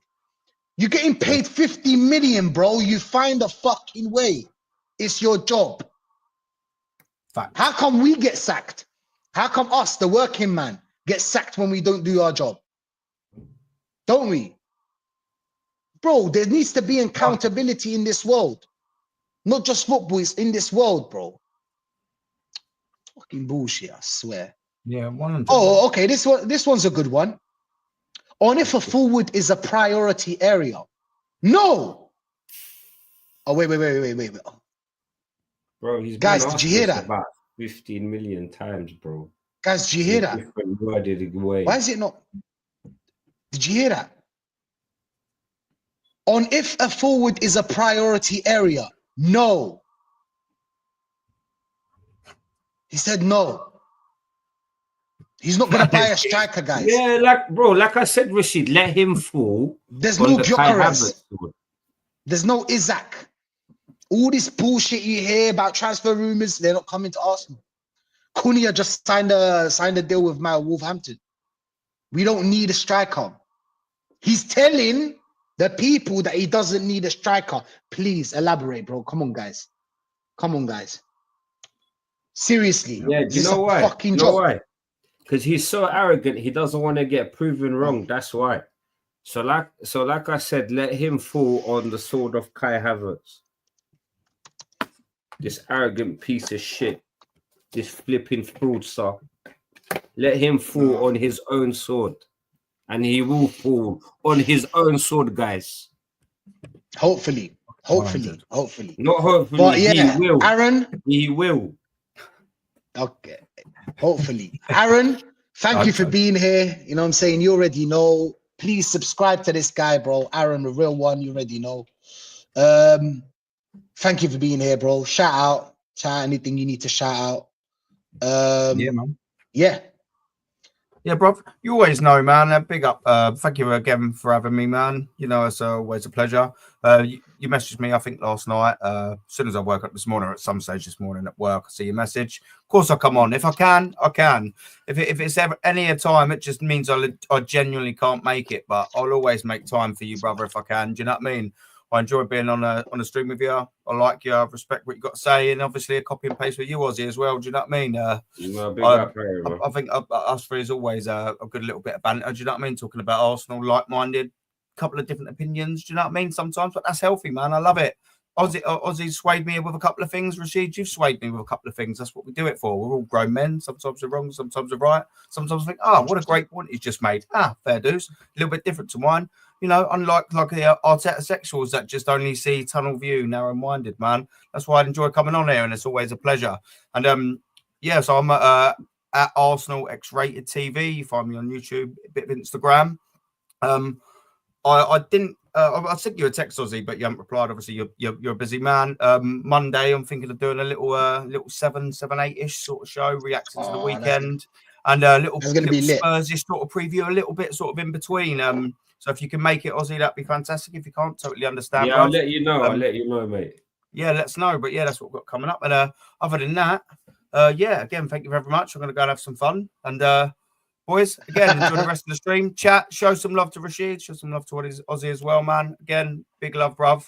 Always, mate. Enjoy the rest of your Friday night. And love. I will catch you. Yeah, big love, bruv. Always respect, man. Big up, Aaron. Peace, man. Make sure you like and subscribe with Aaron's channel, guys. 100%. Turning this off. 100%. Turning this off. Sweet boys. Love. So yeah, and we continue. Ozzy, bro. Ozzy, as always, Ozzy. You already know. Brother, I already know we're gonna go through this bullshit, bro. I told you this, but look, yeah. He said priority positions, no. And he's proven it. Because how many attackers has he signed since he's been here, bro? 2. I think 2. I think he spent 2. What was it yesterday? We done a little show. I think it was 2. I think it was Havertz and Gabriel Jesus. And Havertz was originally made for midfield, by the way, guys. So Jesus. Jesus, baby. Yeah. Jesus. Yeah. Marquinhos. That's not here. Trossard. Marquinhos has gone back to Brazil, by the way. Yeah, he's on loan again. Yeah, I know that. Big up Yasser, bro. Big up Yasser in the chat, bro. Big up Yasser. Yeah, so all right. Havertz was initially meant to be the number 8, but that Felipe Puta, that I don't know what position he plays, bro. How did he even become a footballer? I don't know. But anyway, we move. Yeah? We move, bro. So you can say Jesus, Marquinhos, you can basically say Jesus. And what, Sterling on loan?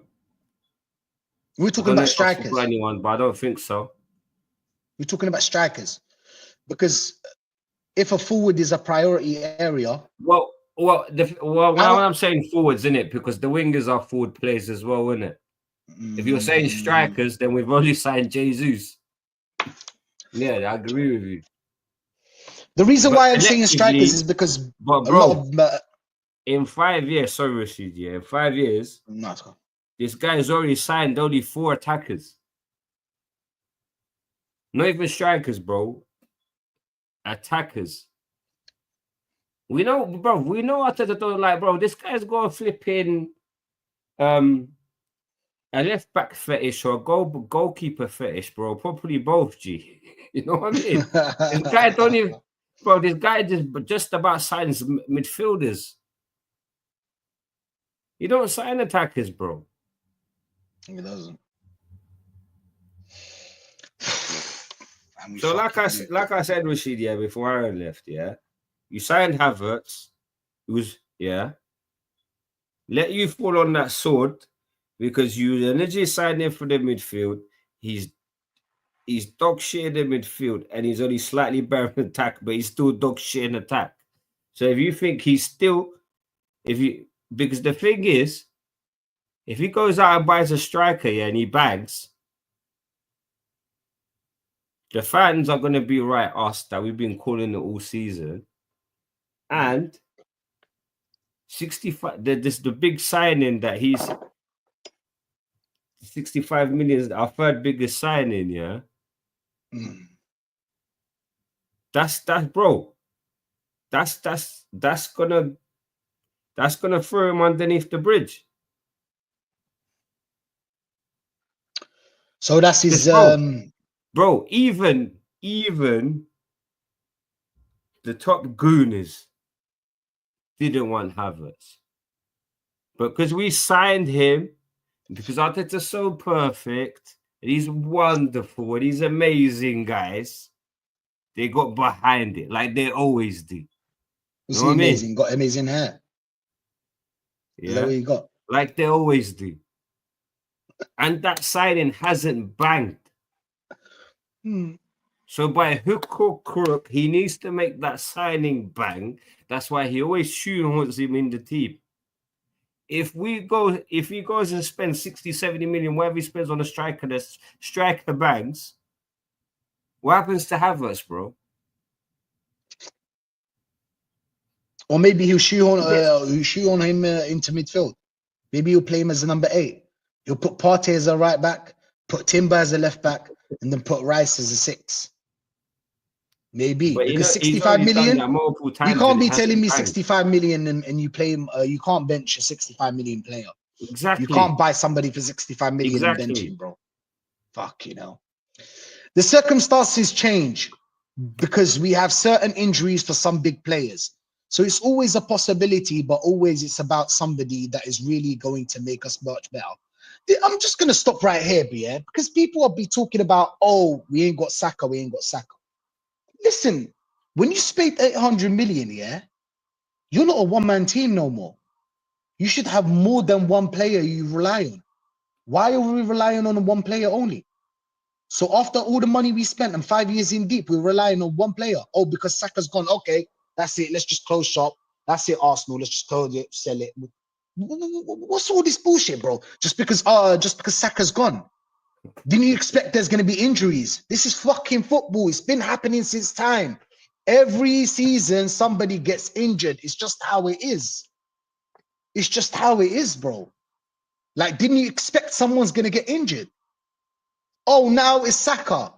Because he fucking played 250 games and he's 23. That's why he's injured.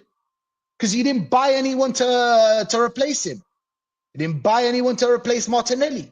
And he didn't buy anyone as a striker. And now you're telling us, oh, we don't need a forward. Fuck, you know, this guy, he's gonna fall on his sword. I can't lie. Oh my God, look at this one. Look at this one. Look at this one. On the FA Cup ball.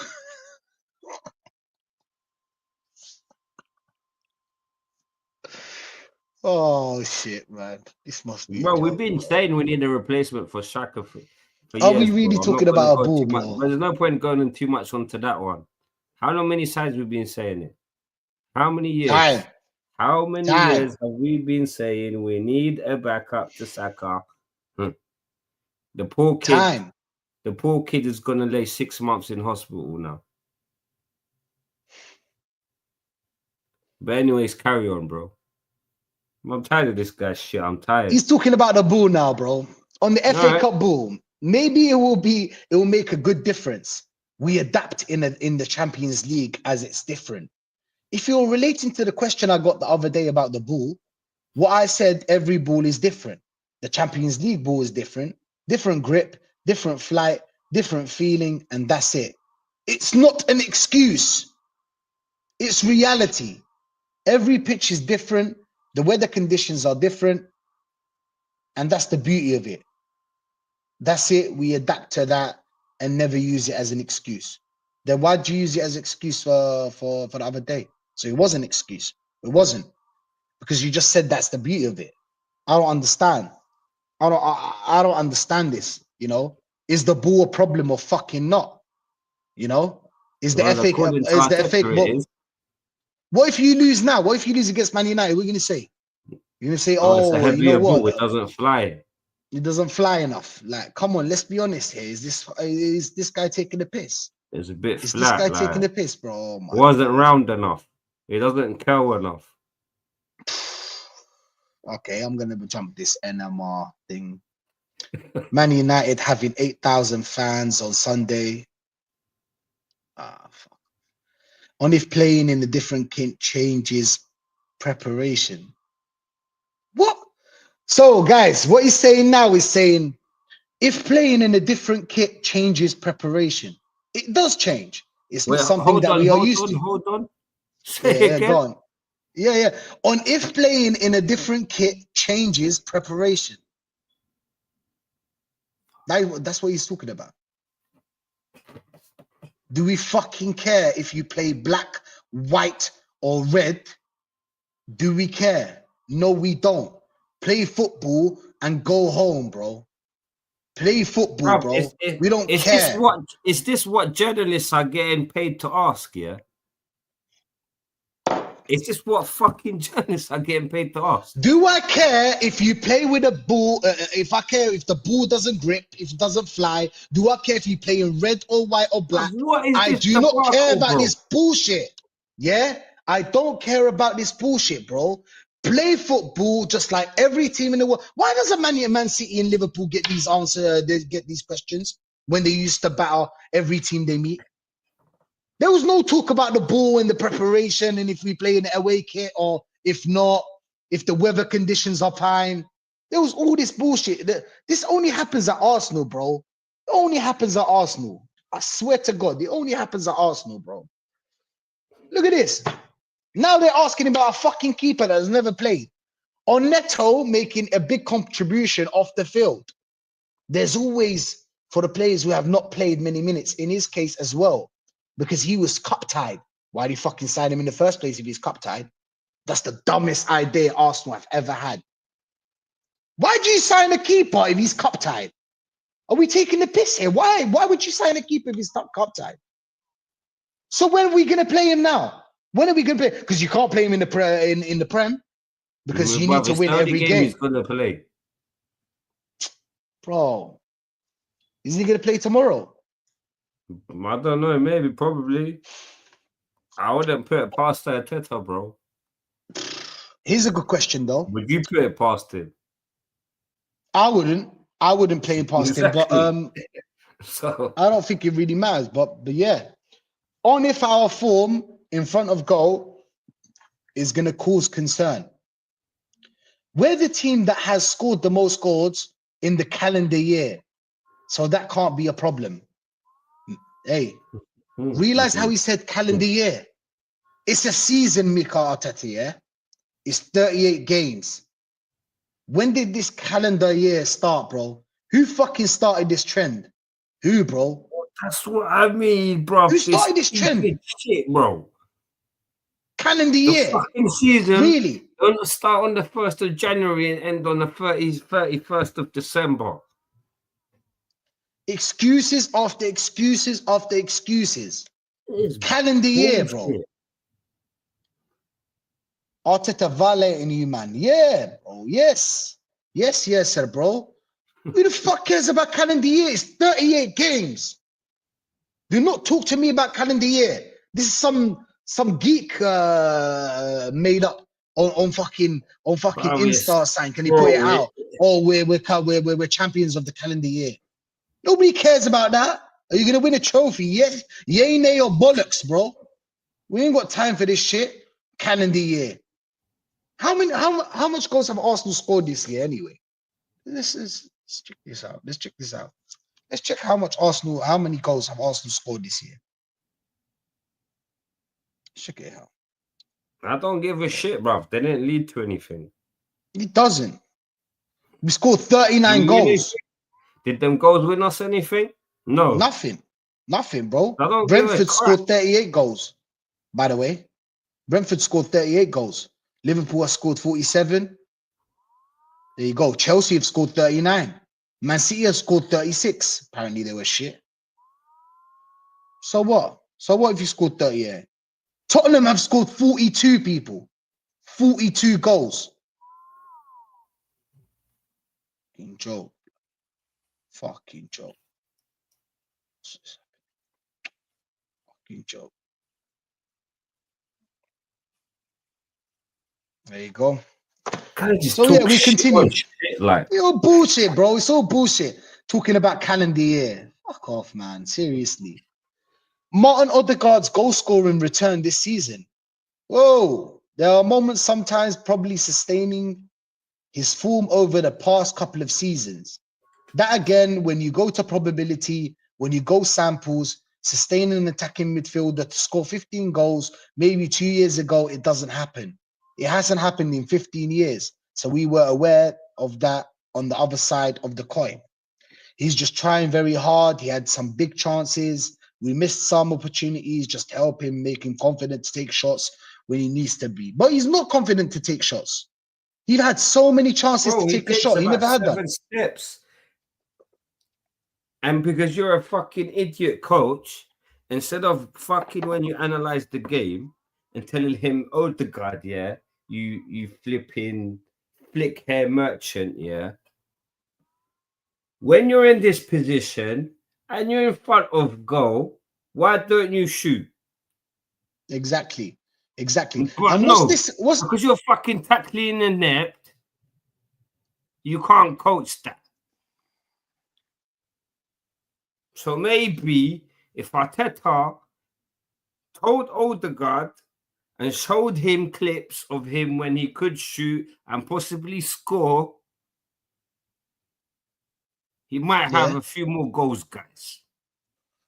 Bro, for me personally, if you're number 10, yes, scoring goals is important, but I need some big chances from you, bro. I need some big chances from you because Bro, the only goal you're he number scored 10. this season is a You're our penalty. engine. You're our engine, bro. Where are the big chances that we usually have? What happened? What happened? But he's been bang average this year, bro. He's been poor. Oh, this is a good question. If we've been relying on Bukayo Saka and Odegaard playing together, look at this bullshit, bro. 800 million, guys. You 800 don't say, million, mate. guys. All this money you 800 spent. million. We need 2 players. 2 players, Ozzy. Our whole team is 2 players. 800 million spent. If Odegaard and Saka leave, that's it. We're fucked. Nothing to do after that. What are we going to buy? Panic. Mayhem. What are we going to do? Just score about a bunch of set pieces and sit back. Stoke fucking City, bro. What's man talking about? Salah, bro. What's man talking about, bro? What's man talking about this? It can be an element of that. Martin came back from an injury, and the first week or two, you have the extra energy. You play every 3 games. He was ill as for over a week. Plays a part. So there's a lot of circumstances. Obviously, it's inevitable to think when you such a chemistry with a player and you're not together next to each other, you're going to notice that something's different. What's this chemistry, bro? What's this chemistry, bro? What are they doing in the... Listen, man. What the fuck is man talking about, bro? About these 2 players. But the thing is that this is what I don't get, what people don't understand.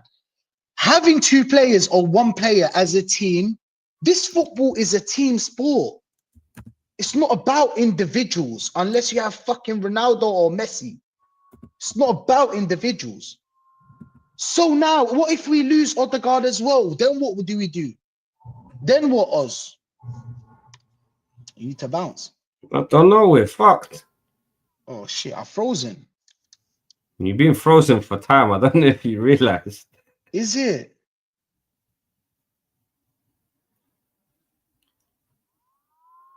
Bro, I was thinking, bro, you just carrying on anyway. Nah, but frozen is a bit. Wait a second. Let me just jump out and jump in quickly, yeah? Why does it always happen to me, bro? Okay, 1 second, yeah? 1 second. I'll come back. Oh, he's gone, guys.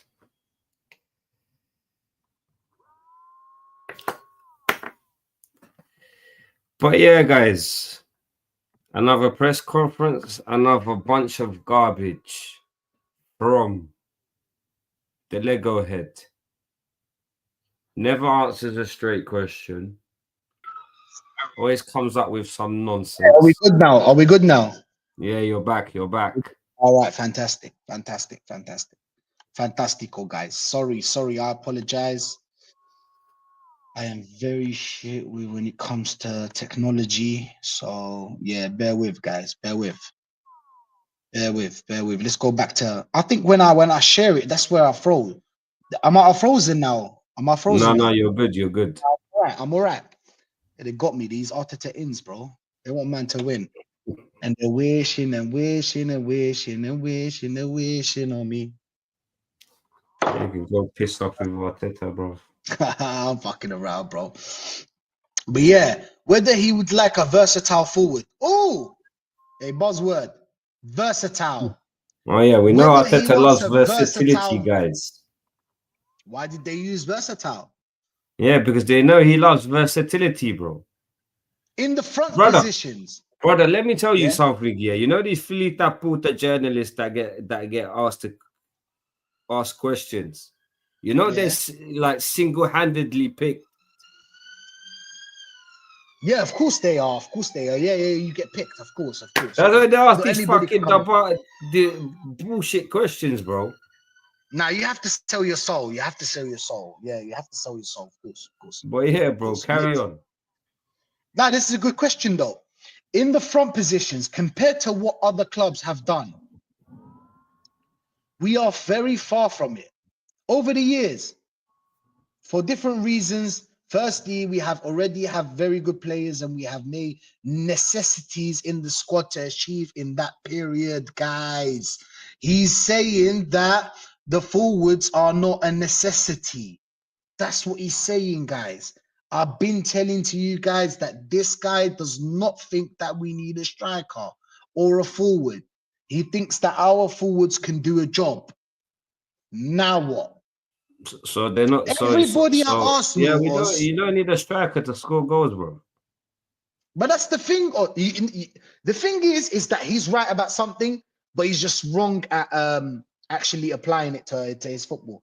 You can spread the goals around because it happened at Liverpool, but you need to be a very good coach to actually spread the goals around because it's harder to get 3 players to score than 1 player to score. The thing is that he can't do either. And the players that he buys are not of the level anyway. So he's saying that with our players that we have, we don't need to buy any other player. What do you say about that, Oz? What do you say about that, bro? Yeah, bro. Like I said, yeah. Like I said, bro. This manager doesn't want to buy a striker because he doesn't want to get proven wrong. So let him fall on his sword. Arteta is already known for not buying attackers. He's bought 4 players, 4 attacking players since he's been here in 5 years. So why would he all of a sudden go out and buy a striker now? The only way he would buy a striker now is if he can play in multiple positions like Sisco. That's the only person I can see potentially him getting. Because Sisco can play striker, left wing, right wing. He's not going to go and get a striker that's going to score you 30 goals a season. You know what I'm saying? Mm-hmm. The only striker he might buy is someone like Sisco to play multiple positions. Because we know how Arteta loves versatility, guys. It's all about the versatility. Yeah.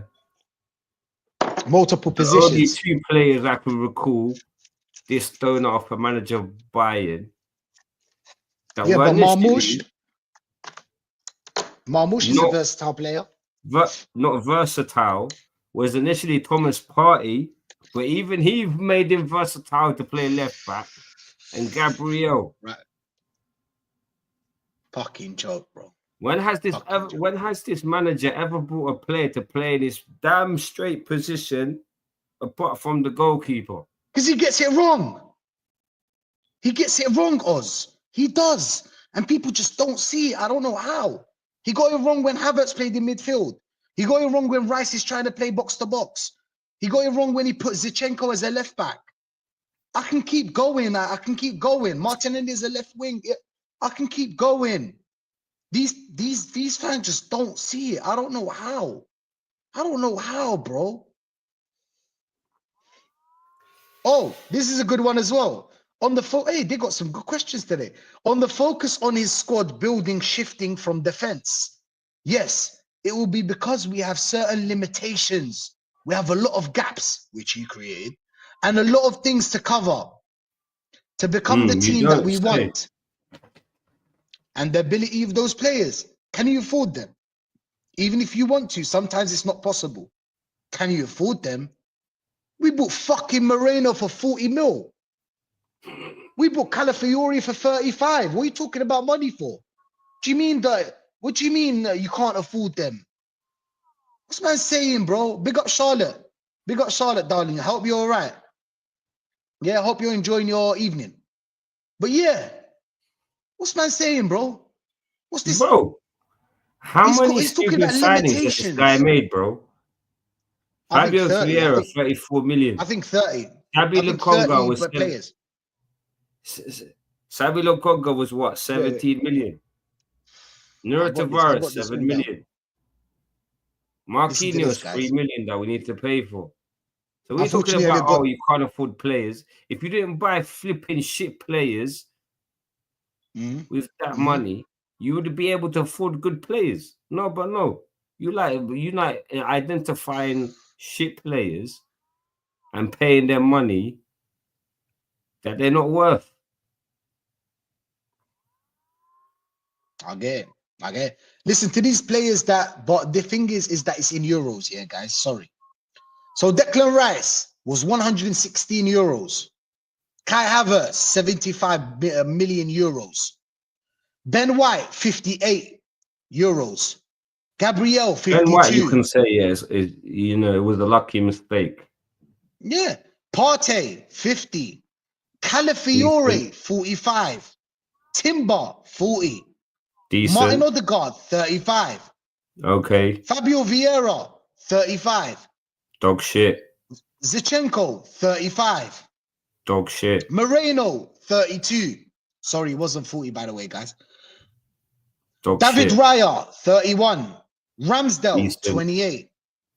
Rubbish. Gabriel, 26. Good. Trossard, 24. Was good. Kivior, Now it's shit. 19. Tomiyasu, 18. Lokonga, Made out of 17. glass. Jorginho, fucking 11 for Jorginho. I don't know how that happened. I can't lie. He's 35 years old. Come on. And he had We signed him for 11 million. Chelsea scrub. Nuno, 8. 7 million. Marie, 6. Turner, 5. Marquinhos, 3. And we did that to actually, keep relations with the Brazilian club. Did we buy any player from Brazil after that? We need to check that one up. I can't lie. That needs to be checked. For real. Runnison, 2. And Trusty, 1. For the American brothers out there. That's the players we bought. A man saying that we can't afford them because of the limitations that he created, that we have to play defensively now because of the limitation that he created. He's the fucking problem, bro. He's the fucking problem. Bro, you're the one that took all these fucking players and took away the limitations, bro. They're fucking square pegs, bro.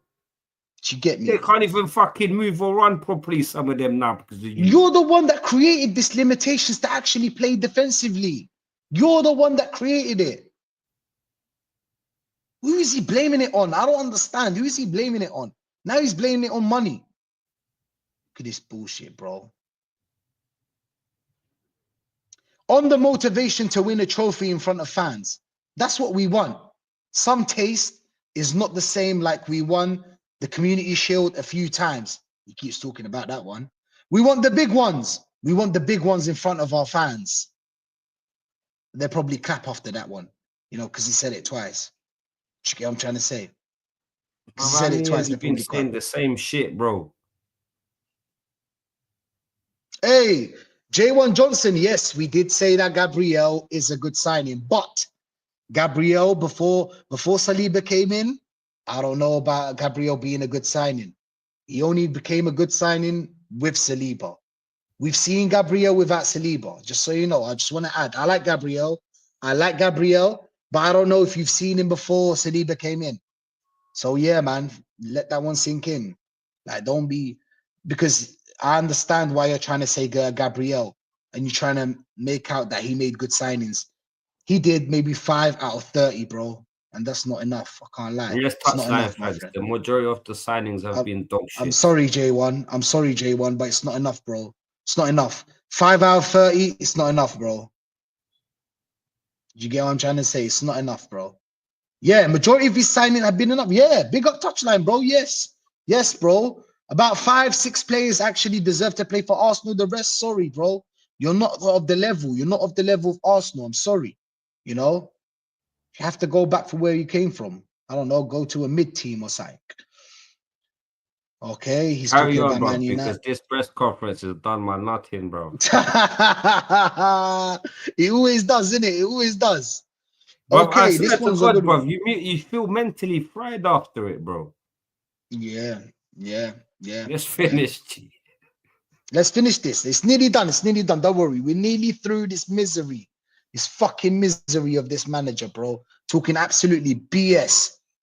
Do you know what I'm saying? BS, bro. Yeah, touchline. I agree with you. I can't lie. I agree with you, bro. I agree with you, my friend. J1, what's J1 saying? Hopefully we get Isaac and Willie. But he just said he doesn't need a striker, J1. Oh, you know, I think you didn't hear that one, Yeah, did keep you? dreaming, bro. He didn't want a striker. Williams is going Barcelona. Isaac is He not wants to coming to Arsenal. Get spread out of your head, the guys. goals around. Spread the Bro, goals around, let's not J1. entertain these nonsense, bro. It's just dreamland shit. We had the opportunity to sign Isaac. We didn't. We signed Donkey Kong. There you go. There you go, bro. I agree with you. Touch. Gabriel, Raya, Partey, White, Timber, and maybe Rice. Yeah, that's probably the players that actually deserve to play for Arsenal. Obviously, rotation. Obviously, there needs to be, you know what I'm Listen, saying? guys, You don't don't want to. knock Rice, yeah? Rice is playing with an injury in our position. When Rice was playing in his position, yeah, he got He 12 was to all right. 15 match. I think He about was. 12 to 15 match of the man performances that season. So let's not knock Rice like he's a bad player. Put a fully fit Rice in the number 6, he bangs. We know Rice is not 8. He's getting played in the 8 with 2 shit other players if Partey's not available, older guard, and he's trying to do everything himself. Yeah, basically, bro. Basically, yes. Hey, big up K. Big up Kai, bro. My guy. Big up, bro. Big up. West Ham robbed us. Robbed. Robbed. Arsenal robbed. It's true. Or noticing any differences in Man United when they played Liverpool. It's true. They played a little bit differently with the personnel that you use, location of certain players, characteristics of the players that had dedicated what they do, where they are, have more threat on both sides to feet behind, because in the end, that's what determines the behaviors of teams. It is different than last week when we played them at home. I'm expecting a few different things. Listen, we didn't open up Man United. Obviously, I'll get into this when I jump on Touchline's stream, but we didn't really we beat Man United set pieces and we defended well as Bro, we were always. still corners. That's it, bro. We didn't do shit. We didn't open them. We didn't open them, Mr. Arteta. We did not open them. So please stop this. And yeah, the way they played against Liverpool, they were perfect for Liverpool. Listen, Ugarte was on a madness against Liverpool. Look at and Man United can defend, you know. They can defend. Their problem is set pieces. Set pieces is their problem. And we're good at that. So we're going to be trouble to them. We are going to be trouble. Oh, this one's good. On Ian Wright's comments on needing help from the board to score goals. I have so much support from the board. Yeah. Ian Wright apparently is... Let me say it again. Ian Wright comments on needing help from the board to score goals. Ian Wright is calling for... Yeah, he's calling for a striker, basically, or a forward or whatever. He's calling for more forwards. Brother! Yes. You've seen this More fucking money. Lego head spend 800 million, bro. How much more do you want him to spend, bro, and not deliver? Let him spend $1 billion. Let him spend $1 billion. He's not going anywhere. Yeah, as long as he gets the top 4, obviously he's not gonna go anywhere. But yeah, Ian Wright said that we need more help from the board. But look at what he said. Obviously, he's gonna say this. I have so much support from the board. Yeah, the wrong support. Yeah, I of continue course, to have it. we sign fucking dog shit after dog They shit. allowed you to do everything you want, and there's no accountability. Of course, you're gonna say I have Exactly. support from the board. Of And course. make you the second high-paced Lego head. Second ever. highest paid. They got him the second highest The paid highest manager. paid Lego head. Yeah, 800 million to And spend the second highest and no paid manager in the accountability. world. The third one is what matters. No accountability. That's what matters. So you 50 telling me that million you have the to not support win from the board? nothing, guys. Sorry, 50 bro. million to finish second. You should and have some shame. You should have some shame, bro. The support are boarding you. The board are supporting you, and they're giving you the money. You should have some shame and win trophies. Just because there's no accountability, you should have accountability for yourself. For yourself, you should have accountability and be like, you know what? Maybe I'm not good for this job. Maybe it's not for me. Off I go. You've got Arsenal on your CV anyway. You're gonna go for another team. They're gonna sign you straight away. No accountability on this team. Of course, you're gonna get support just to win the maximum amount of football matches. Guys, do you see how he never talks about trophies? Does anyone see that he never talks about trophies? Bro. He's allergic to them. Win football matches. That's what he talks about. Win the way we want. Try our football. Play our football. He never talks about trophies. Why? So the fans don't catch on that and be like, oh, you told us that you were going to get trophies. He's just saying win football matches. Of course you're going to fucking win football matches. You're going to play Burnley and Southampton. Of course you're going to fucking win. You're going to win a couple of games. Even the big games, even the big games, you can win. You can win. It does not matter if it doesn't lead to a title or a trophy. Every win does not matter unless it leads to something. Nobody's going to remember that you won a couple of games here and there. Nobody. But we continue, bro. Big up to everyone that's locked in, bro. Big up to everyone that's locked in. We want to win the way we play. The way we play is shit, Arteta. Winning shit. Do you see the way we're playing, bro? Set pieces. Is that what it is? I can fucking do that. Achieving ultimate goals. And what we want to achieve is to win trophies. The support to continue to be there. What does he say at the end? Guys, he's saying support me until I get there. That supports to continue to be there. Clown? You've had 5 years and 800 million. You ain't delivered. No, he's not going to tell you. He's not going to tell you. He's not going to tell you what. He's not going to tell you when we're going to win. There's always this process. They never tell us when it's going to end. Never. Never, bro. We never know when it's going to end. All he talks about is winning football matches. He never talks about trophies. Never. Now he talks about is that, look how he says it. Achieve ultimate goals, and we want to achieve winning trophies. The support to continue, you need to be there. Like, as in support me until I get there. So we're just going to blindly support you until we get there. You. What? Support the blind? Is that what you're saying? Do you know what I'm saying, bro?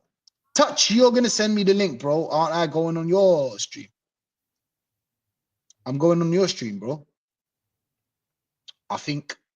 Didn't you just create a stream? Wow. On people always telling him this is how he ends it. On people always telling him what he needs to do. That's their job, to have an opinion, to present to them. And for me, it's not a problem at all. There you go, guys. So anybody that's crying about us criticizing Arteta, this guy is all right with us criticizing them. He's all right with it. He's saying that it's our job. As a football fan, I'm allowed to criticize my manager. As a customer, I'm allowed to give feedback. Bro, I don't understand these people that say you can't criticize the manager, bro. Like, what fucking world are you living in, bro? He's saying it. He's all right with it. Brother, if I go to a restaurant, yeah, and my food is shit, am I not gonna tell them? If I go buy a car from Mercedes, bro, and something's wrong with it, am I not gonna criticize it, bro?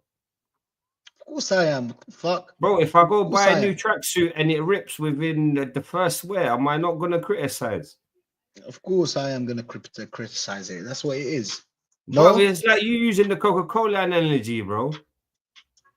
If a Coca-Cola, I don't like Coca-Cola personally. Well, I like I don't really Coca-Cola. drink I it like that often. I Coca-Cola. only drink it with certain things in it, but bro, if Coca-Cola start tasting shit, are you gonna say, bro, I'm not buying anymore? Taste shit. Of course I'm gonna do that, bro. I'm a customer. You need to respect, man. The fuck? I'm giving you money, bro. Now, what is there you this, go, bro? guys. Oh, and on you that, can't criticize Arteta, guys. Arteta's perfect, guys. Hey, on that note, guys, yeah, he just told us that we can criticize him. There's no problem. Basically, we just read through the press conference, as you guys saw. Big up to everyone that's locked in. Big up to everyone that joined, joined, left. Everyone that followed the stream all the way through. Thanks for being here, bro. This is therapy for us, for you, for anybody, bro. Really, you know, this Arteta guy, man, he's tiring. He's draining. You know, this guy's draining. But yeah, oh, he's sucking Ozzy, the blood out of football. thanks for being here. Blood. We're gonna end this on this, bro. Tell me, how would you line up for Man United? How would you line up for Man United? Is it exactly the same as last game as Newcastle? Or you know what? The real question is that how do you think he's gonna line up against Man United? Do you know what the funny thing is, yeah?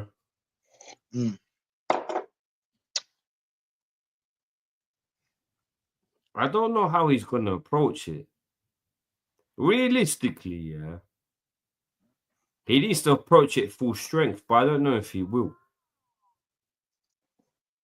And if he approaches it full strength, then I think you think he's gonna go full strength. Because who is he gonna play, bro? Realistically, yeah, who is he? The team that played for Newcastle. I think he's gonna go same team. Maybe he'll change the left back. If he's going full strength for what is available, then that's probably what he's gonna play. I think he'll just change the left back. I think maybe he'll play a Calafiore just because, you know, to add numbers in the box, because he's going for set pieces. Because that's Man United's weakness. And maybe he'll change the keeper. Maybe he'll change the keeper, yeah. But I think the same. Bro, there's not much changes he could make. What's your prediction, bro? Oh, God forbid if he plays flipping Kivior and fucking hell, Kivior. What's his name? Who did we play last time, bro, when they got cooked? Who did he play with Kivior, bro? And Kivior got cooked. Oh, did he? Or was it? He didn't play Kivior and Gabriel. Was it Kivior and Saliba? I think he played someone. I think he played. Bro, I swear it was like against Fulham or someone. Something like that, bro. I think so. Remember when Kivior got cooked? Yeah.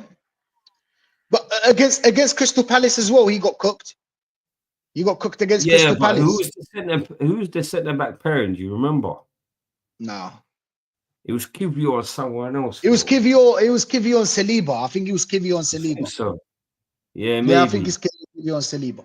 Yeah, God forbid. But yeah, what's your prediction, G? God forbid if he plays that. I think he's got to go. He's got to go. Nah, he's going to go strong. He's going to go full strength. He's going to go full strength just because it's Man United. It's probably going to be like for like. Maybe he'll change the left back position, like you because said. If you lose against Man United, you know what happens, right? On the internet, like he can't go because even the Arteta ends will be mad, so he can't really go. He needs to go full strength. So, what's your prediction?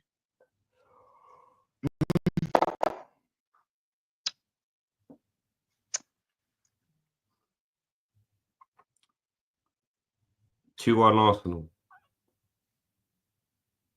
I'm not Yeah, I agree. I confident, can't G, lie. but I also need, bro. Also winning. Any means necessary. Also need to win. It's a tough game, bro. It's a tough game. The only good news is that the set pieces, and I think what's his name? That shit keeper that they have, he's not gonna play. I think the other Turkish brother is gonna play. I think the Turkish brother are gonna play. I think so. You know what I'm saying? I think so. It's because of the set pieces. I think it's because of the set pieces. I think we might draw. I think we might draw, bro. I think when we draw, we play again. We play again, right? That's what happens in FA Cup. I think we'll draw, bro, to be honest. That's my prediction. I think we are unable to open up teams, and Man United are hard to open up.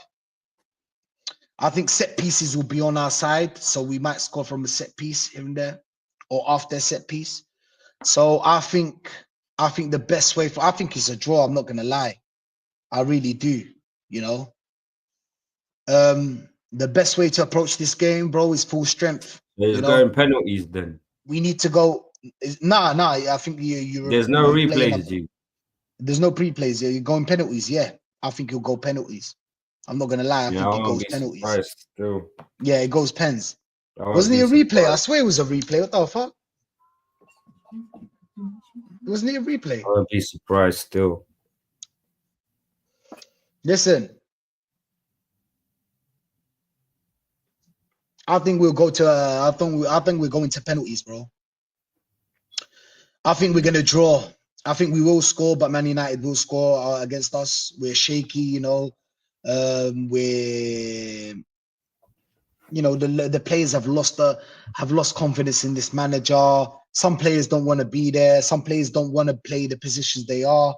So I think yes, set piece will come from our side. They'll score from something else, and yeah, we'll go to penalties. But yeah, on that bombshell, people, thanks for everybody that's tuned in. You know, drop like, subscribe, brothers, and come join me at Touchline. You know, Touchline Facts. Subscribe to him as well. Real one. I'm gonna go on his channel. I'm gonna be talking about Arsenal, Man United further, and yeah. And we're out, people. Thank you for tuning in. Big up. Love. Arteta out. Kroenke out. Like and Everybody subscribe, out. people. Listen, I'm going to end this by saying everybody out apart from the set piece coach. Everybody out apart from the set piece coach. That's it.